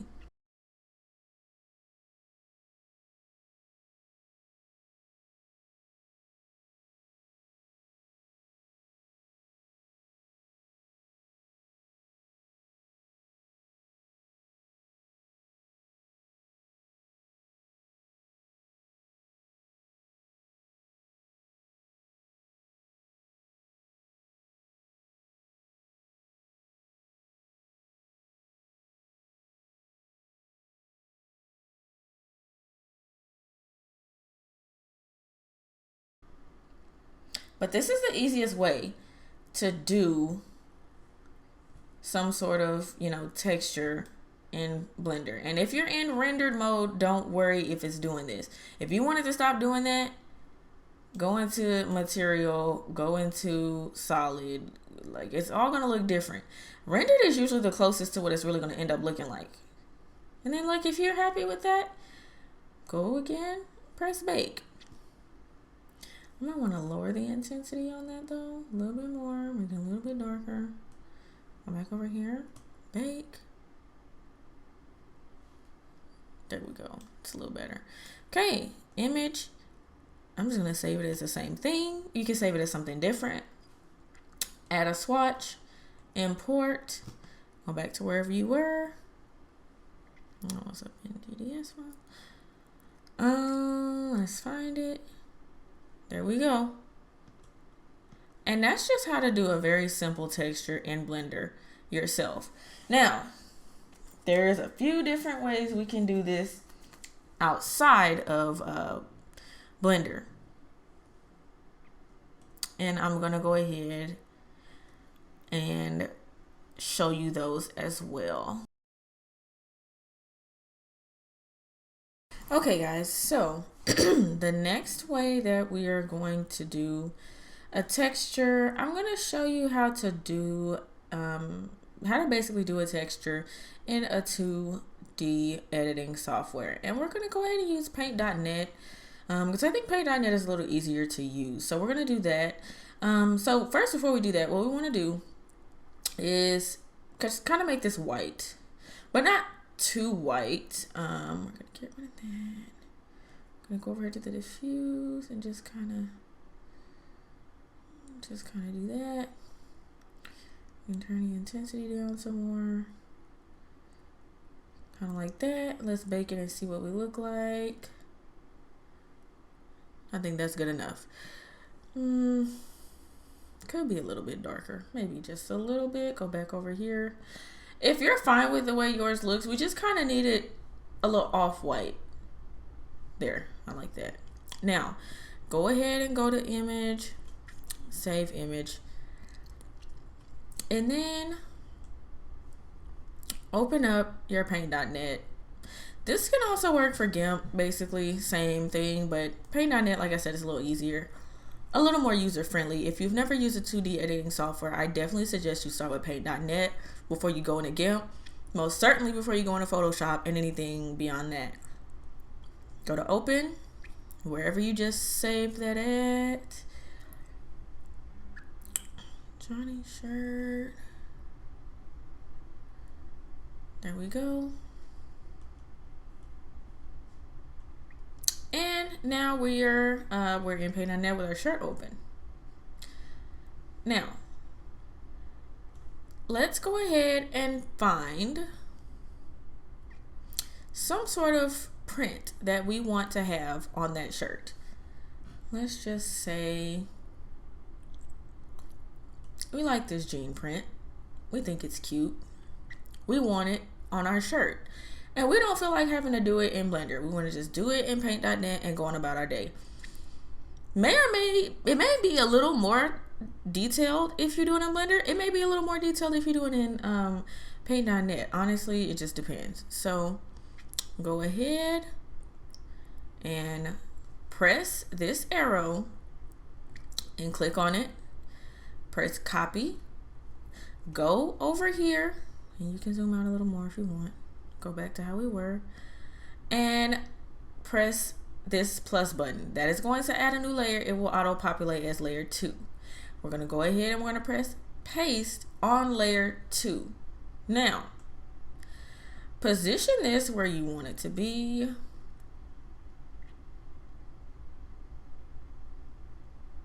Let's say we like it there. Go ahead and get this rectangle. Press this here. And also, I do a pretty detailed tutorial on how to do this as well in another one of my videos, just in case you just want this for the tutorial. Anyways, so we press that, we've deselected, grab this magic wand, press this background checkerboard area, press this background layer, press this background checkerboard area again, go ahead over here, go to layer 2, click layer 2, press delete on the keyboard, and this is what you'll be left with. Now, like I said, this may or may not be that detailed when we get it on the sim, because as you can see, this is what we're looking like now, but we're gonna see. So, file, save as, and we're gonna go ahead and say this is something different. We're gonna save this as 2. Press enter, press enter. We're gonna go back into Sims 4 Studio. Import. We're gonna find our top, number 2. This can be deleted. And this looks crazy as hell. So, I don't know, you might like that. I don't necessarily just love it. There's ways to get it clearer, and sometimes Photoshop can be a tad bit clearer, but from my experience using Photoshop, I haven't liked it. Now, sometimes you have to resize. So let's say we start over and we go to paste and we're like this. Let's say we resize this. Now we've resized, and this is what we're looking like. Choose the rectangle again, go over here with the magic wand, press the background, background, background, layer 2, delete. I actually have a dress where I use this fabric and it actually turned out really cute. So, I don't know, I forget what I did. I made that dress so long ago. Yes, okay, flatten, take it back. Let's import again, see what we got. That's a little better. That's a little bit better. We might could size it down a little bit more. As you see, it's kind of stretched in the breast area, but it's looking a little bit better. Now, this is, I don't know, I sometimes texture this way. This is not what I usually always do. Trying to make sure we're still recording. Okay. You can go and size that down and play with that, but now you see how to do that. Now, there's also something else we can do. We can create what is called a, let me go back here, a normal map. We can create a normal map. What a normal map is supposed to do is give more texture to a two-dimensional surface than it really has, or make it look like it has more, depth and things like that than it really has. And I can show you guys how to do that next. Okay guys, so now I'm going to show you how to make a normal map or a bump map. I am going to do this in GIMP because that's the one that I know for sure has a DDS plugin. And so you can do this on GIMP or you can do this on paint.net, depending on which one has a DDS plugin. This can also work in Photoshop, but like I said, I don't like Photoshop personally. So what we're going to do is go to File, New, and once you do New, it's going to ask you to type in image size. You want 1024 2048, same size as our shirt PNG. So I have that already right here. You're going to want to open your shirt PNG, the one that was kind of off whitish looking. And let me just make sure before we do that, canvas size, make sure we're the right size. Sometimes GIMP is weird with this sizing. Anyway, we're going to just click and drag over there. Okay. So now we've dropped a new layer. And you'll know you're doing this right if this is what happens in the channels tab. So I'm going to go to layers. Going to make that, merge that. Going to press that, merge it down, make it all one layer. Now, the next thing that you want to do, you can go ahead and export it like this. Export as. And then just kind of export this as normal. I tried to make one before and it was acting crazy. So that's why you may see one that's already has that name, but we're fine. So we've saved it. Now we're going to go to filters, map, normal map. If you see this purple in the preview, you're in the right place. Go to OK.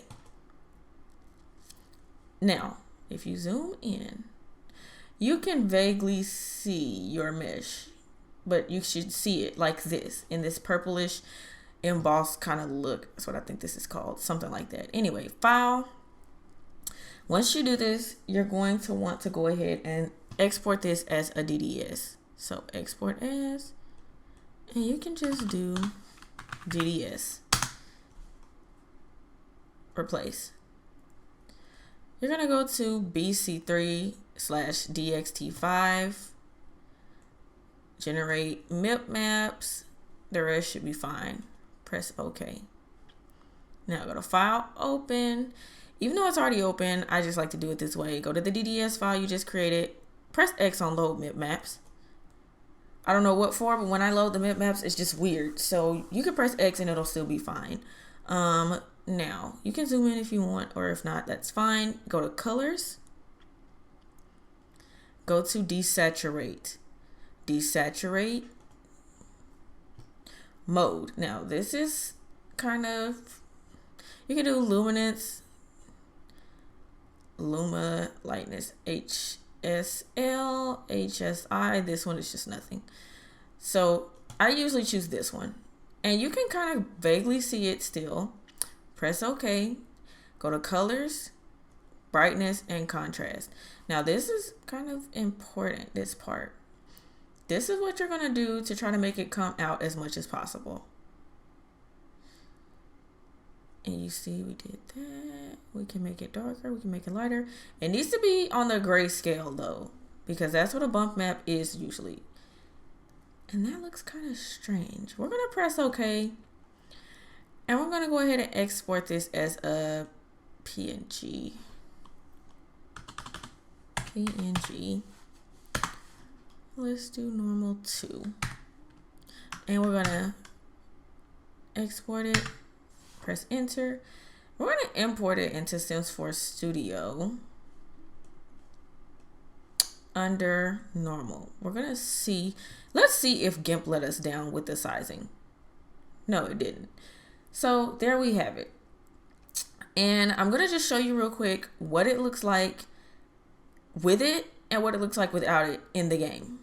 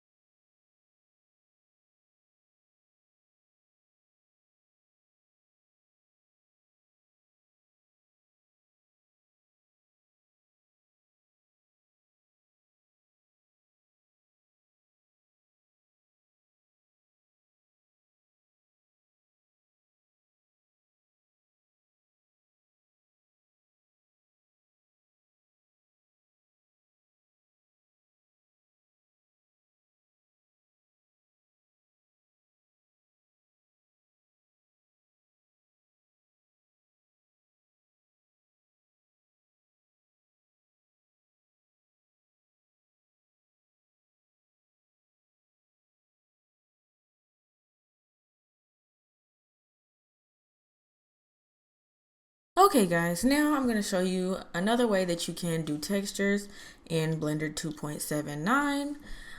After this, there's going to be one more and then we'll be done with this video. So the next way that we can do a texture in this Blender 2.79 is by using nodes and the node editor. For this, it's best to do Blender cycles render. So go to the very top where you see my mouse where it says Blender render, click on that. Go to cycles. Now, if it starts to look weird, that's fine. It does that when you're in cycles for some reason. So that's perfectly fine. What we want to do first, before we do anything else, we want to go to this camera right here. We want to go to dimensions, resolution. We want the resolution to be good because if not, it'll get really grainy and weird. So just as an example, say we change the color of the material. Let's do this. So go to the bottom, make your arrow to where it looks like this. Pull this up. You can zoom out a little bit. Go over here to where you see my mouse in the bottom left. Go to node editor. So we're in node editor now. We're in rendered mode here. And here's the material. We have used nodes. Once you press that, you'll get these. This may be weird looking at first. It's okay. Here we can change the color. And let's just say we want to change the color to this salmon pink looking color. And we go over here to the camera and it's at 50. Let's just say we lower that down to 16. And let's see what else. We go to sampling. And for render, we only have it on 10. Let's go ahead and press, go to bake. Let's bake that so you can see how jacked up this is going to look. Let's make this 2. Make sure we have clear checked. Combined. All of this stays the same. You just need to make sure that's on 2 and make sure clear is checked. And make sure it's on combined. Please make sure it's on combined. Don't change any of the rest of this. Bake. Oh, wait. So in order for us to bake it in cycles render, there's something that we have to do. Go down here in the node editor area, press Shift A, go to texture, go to image texture, open, press open, go to where you put your off-white, basically this picture. Go to where you put this picture, open it. Now, make sure you're on Johnny's shirt. Now press bake. And that looks kind of grainy and weird, right? We wouldn't necessarily just want that on our sim like that, would we? I don't. You might be going for that look. I wouldn't want it like that. So what I want to do is go up over here to where it says dimensions. Resolution, bring that up to 100. We want it sharp. Under where it says render, samples, we want this. I usually put mine up to 200. Preview, you can bring that up, I'm sure. I don't mess with it too much, but let's go ahead and bring it up to about 32. Because for some reason in Blender 2.8, it's in 32. So let's bring it to 32. And as you see, that kind of makes this a little more clear as well. We could probably bring it up a little more. But the higher these numbers are, everyone, the longer it will take for your mesh to bake. Even if you have like a really nice computer, that's good and dandy. It can still take a little while. So now we're going to go over here to bake where we were. All this should be the same. Press bake. And you see it's taking a little bit longer, but that's okay. And you see now it's less grainy, a lot less grainy and weird. And we can just image, save as image. Let's go to Johnny shirt. Let's see, we've done 2, let's go to 3. I'm very number oriented in the way that I save things. Let's go over here. Let's go ahead, add a swatch, import Johnny shirt 3. And that's how we're looking. Almost the same color as this. Just seems to have a little bit less detail because we're using a different rendering capability. So we're using cycles instead of Blender render. I forget, there's one more thing I have to show you guys after I do the next Blender 2.8 or 2.9 tutorial of how to do a texture there. There's one more thing I have to show you guys, and it is actually very important. I'm going to show you how to do the level of detail because these are important. So, but let's go ahead and finish these textures because these can take a little while to show you all the different ways we can do this. Now, this is going to be quite similar to what I'm going to be showing you once we get into Blender 2.9 or 2.8. In order to add more things down here in our node editor, think of this as an input and an output. Like if you learned that in school when you were in math, think of it like that. Good. So this is the input. Basically, this is what comes out. If we take this away from here, it goes completely black. There's no color whatsoever. So we want to put it back. And then we could just get this out the way because, yeah. Anyway, so now let's press Shift A to add another one. Shift A. I believe you could just go down here and press Add as well, but I prefer to do Shift A. And let's see, shader. Let's go to glossy. And let's put this here. Now you notice that's not really going to do much. So let's take both of them off and let's go Shift A, shader. Let's go to mix shader. And what that will do, let's this will go here, and you can put one here, and you can put one here. And do you see what that does? Glossy makes it look glossy. And I like that. We can change the color of the glossiness. We can make it pink. We can make it red. It kind of disappears then. Yellow. We can really do a few different things with this. I want to take this up as high as it can go. And I want it at white. Let's see. That makes it black. Okay, that's fine. So, but you see what we did there?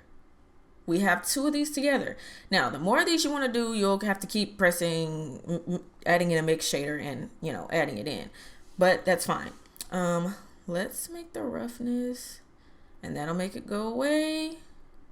That'll also make it go away. We want it somewhere around there. Let's see about this one. It's fine either way. Let's change this color. Let's say we want some blue. We like that. Now we're gonna go ahead and bake, and remember it might take a little bit longer because we have the settings up higher, but that's fine.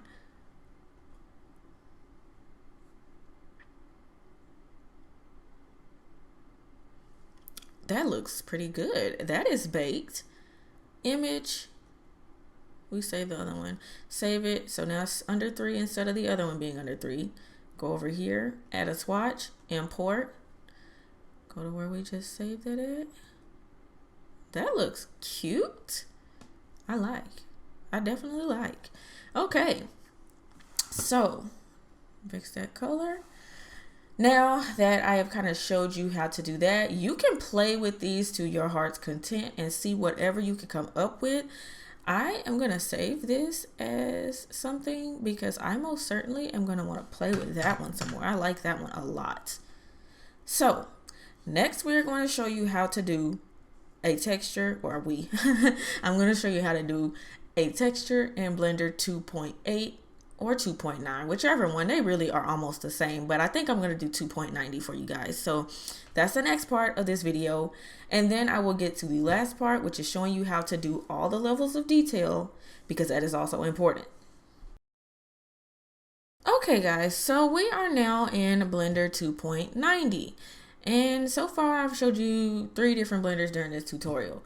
Let's go ahead and go to File, Open. No, we're not going to go to File, Open. Actually, what we're going to do is delete this cube. So just click on it. In Blender 2.90, you can just click on things, and I love that. You can click on this thing right here, delete it, we don't need it. Click on this here right here, delete it, we don't need it. And what I like to do is go to File, go to Append. If you're doing it this way, go to Append, and then find your blend file. Let's see, it is going to be Bake. We're going to go to Object, and we can go to, let's go to Vertical List real quick. Let's open up all the lamps. Let's open up the lamps and Johnny's shirt. That's what we want. We can go ahead and delete bone shapes. We don't need that. Delete. And I know this is a long tutorial, but I honestly I'm just glad I'm able to help somebody. Even if only a few people watch this video, I just want to be of some help to someone, so that they don't have to go through what I went through, struggling, trying to figure something out, watching like 10 different tutorials to get, you know, the answers. And if this tutorial is lacking something, please let me know. If you have a question, let me know. And even though I'm still new at this myself, I will do my very, very best to try to help you. Anyways, so next things next. In this one, I like to do things with the lamps and the lights. So let's go ahead and go to, let's go to this right here. We can change how powerful the lights and stuff are, change the radius, and let's go to render mode for this.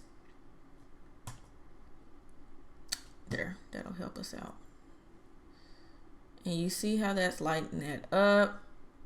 What I like to do is click on this light here, just left click it, right click, duplicate objects, and put another one there. And sometimes I like to turn it around and do the same thing. Duplicate objects. And I don't know, sometimes it's kind of hard dealing with Blender.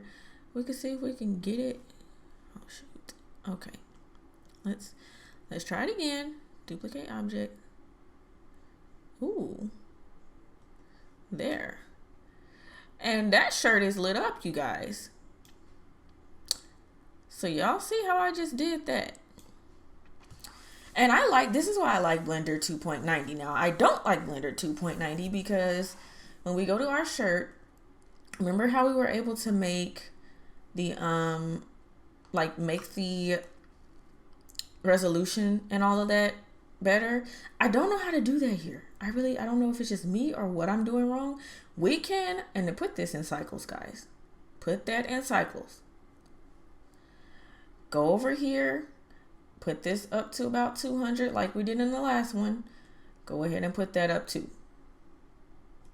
And that will make it, like I said, it'll make it a little slower, but it'll help us look a little less grainy. And actually I'm gonna go up because for some reason, Blender 2.90 has a bad being grainy and I don't know why. And I'm gonna just bring that up some too. There. And cycle supported, that's all good. Make sure we're on that. And this is under the camera tab, guys. The camera tab. Cycle supported CPU. I have my settings up really high in this one because this is just the way that I like it in Blender 2.90. And I have all of my lamps and my lights because I want this to be lit. So we can go back to material for right now. And let's go ahead and go right here. Let's click scene light and let's go and render it and see what that looks like. That's fine. I think we can undo it. It didn't. Let's see. Okay, I like that. That's fine. That's fine with me. So now this is where you will want to actually have some sort of Blender textures. Where do I like to go to get my own? I will show you where I like to go to get my own.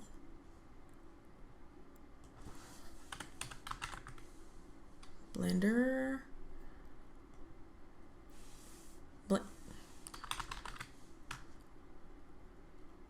BlenderMata. Okay, let's go in BlenderMata. And let's hide that. Let's go over here. This is where you can browse materials. And you see all the different materials that they have. They have a lot of good ones I like. Find what you like and download it. Make sure you put it in a folder where you know where it is. Let's go ahead and get back in Blender. This is where we're going to use those. This is why this is the most complex one to me. Now, let's kind of push this back a little bit. Let's go to add workspace right here.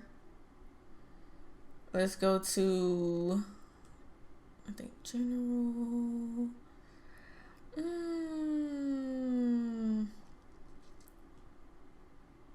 No, I don't like that. Let's just go ahead and go to shading. Let's just do it that way. Because you can, yeah, it's easier if you just go to shading. So we're going to be in shading. Let's go back in rendered mode. Forget that that even existed. Let's go ahead and go to append. Let's just get there. Let's take this off. Go ahead and go to file. Nope, not link. File, append. Find wherever you just downloaded that stuff, whichever you just downloaded from BlenderMata, or wherever you like to download them. You can just Google Blender textures, and there's going to be some for you to download. So find out where you downloaded them at. I put mine here, and let's see what they're looking like. Felt, satin, leather, checked, carbon fiber, brass. There was one that I really liked.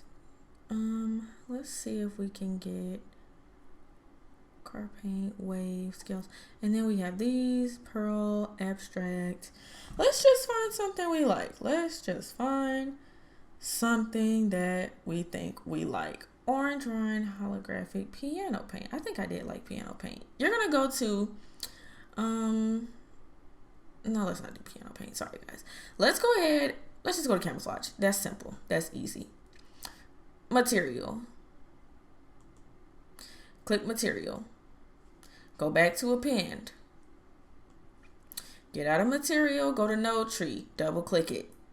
Okay, so nothing has showed up. That is perfectly fine. What we're going to do, we're going to go over here. Press new. Go right here. Camouflage.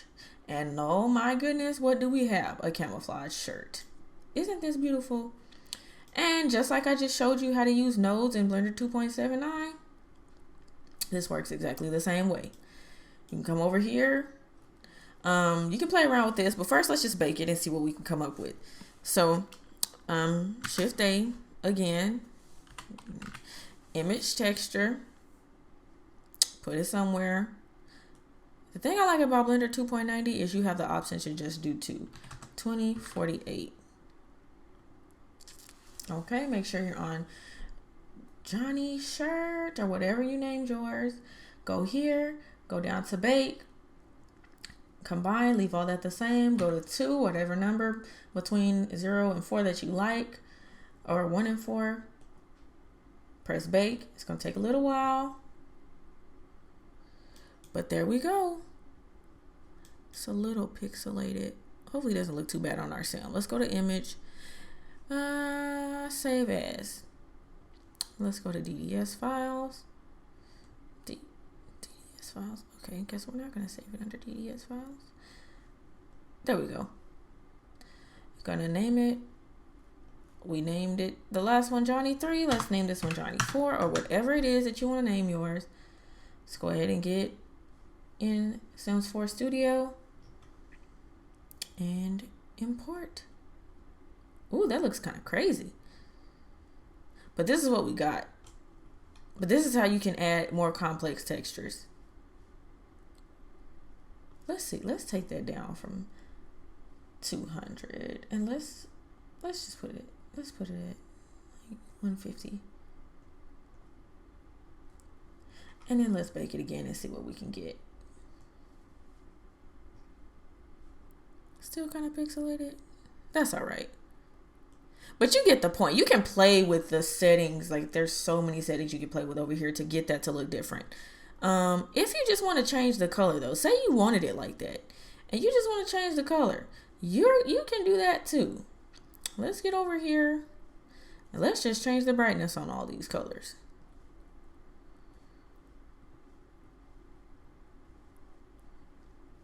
And then let's bake it.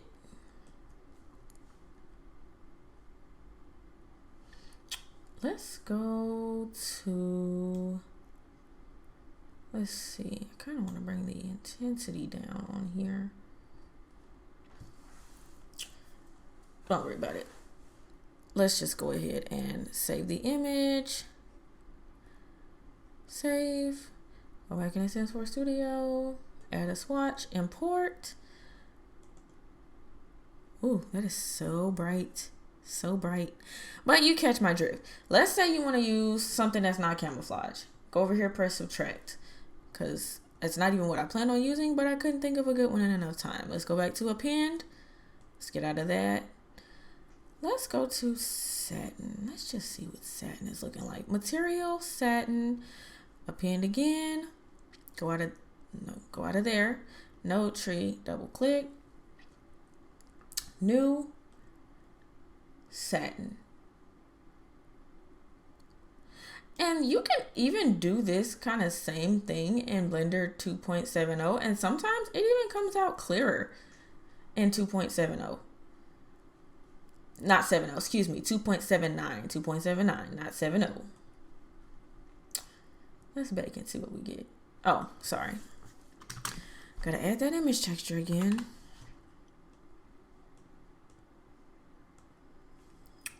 Okay, bake. And that's what we have. I don't necessarily like I said, sometimes this one can be a little more pixelated even than in 2.79. I don't necessarily just love that, but it has the shading tab and Blender 2.79 does not have that. So, you know, pick your poison. The next thing I'm going to show you guys, now that I have finished showing you how to do textures, I've showed you several different ways we can do textures. I'm going to finish up this tutorial by showing you how to do the levels of detail and then just show you everything that we have in the game that I'm basically that we've made. Or once I'm done tweaking it myself, I'll show it to you. Okay, kiddies, this is the last part of the tutorial. I know you're tired. I know I'm tired. We are going to go ahead and do LODS. And it is so easy and simple to do.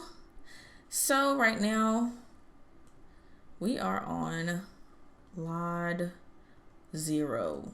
The highest level of detail that you can get. So, doesn't really matter which texture we're on. We're on LOD 0. We're going to go to LOD 1. You see there's no shirt. Open up your flipped normals, or the one that you did after you flipped the normals, or the one that you have as your actual mesh. Open up that one. We can close that up. We can actually even close that up right now. This is all we need. What we're going to do is go to this wrench, add modifier, decimate. And so our mesh, let's go back and see. 12602. Okay. For some reason, it says 7946. That's not right, because you see it just changed. Let's bring it down a little bit. Just a little bit. 10132. Apply. File. Save as. And I just want to add LOD 1. Simple as that. Go ahead, go to Sims 4 Studio. On LOD 1, import mesh. Go to your Blender files, LOD 1, import. While you're doing that, go to File, Open, LOD 1. And you may say, why are we doing that if LOD 1 was always open? I don't know. When I don't do it like that, it messes up and looks really weird, or all my other LODs will disappear after I've been playing a few days, and I don't know why. I could be doing something wrong, but doing it this way is the way that I make sure that it's correct, or it does not disappear later. So you see we're at 10132. Let's bring it down a little bit more. Gonna go to Apply again, File, Save As, LOD 2, because this is gonna go to 2. Gonna go in Sims 4 Studio, LOD 2, Import Mesh, LOD 2. Last one is LOD 3. File, Open, LOD 2, Add Modifier, Decimate. Gonna go down a little bit more, just a little bit. Now if we go all the way down, this is what we're gonna have, and that's weird. We don't want that. We don't really want this either. So we just kind of want to go down a little bit less from where we're at, not too far. Apply, File, Save As, LOD 3. Go in Sims 4 Studio, down to LOD 3, import, LOD 3.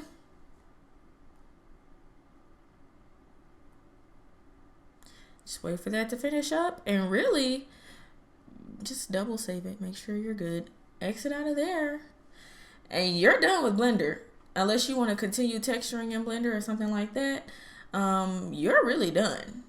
So this is the LOD 3. This is the lowest level of detail, meaning when you're in game and say you decide you want to zoom out and go all the way back here, the mesh will not disappear if you do that. If you have your LODs done, you can get away with not doing your LODs, all of them. You could just do 0, but it might not be what's best for the game or for your mesh. But in all honesty, I can say congratulations. You have made a shirt in The Sims 4. I know this was a long process. My video was probably really, excuse me, really in depth with a lot of things. You can skip the parts about the texturing and things like that. If you can just do one of the ways that I suggested, or you can look up a different tutorial and look at different ways to do it. I just wanted to show you the different ways that I do my texturing on my meshes and things like that. Like I said, some of them were kind of fuzzy, and really all that takes is just playing around with some of the settings to become a little clearer, especially in the one we did in like paint.net.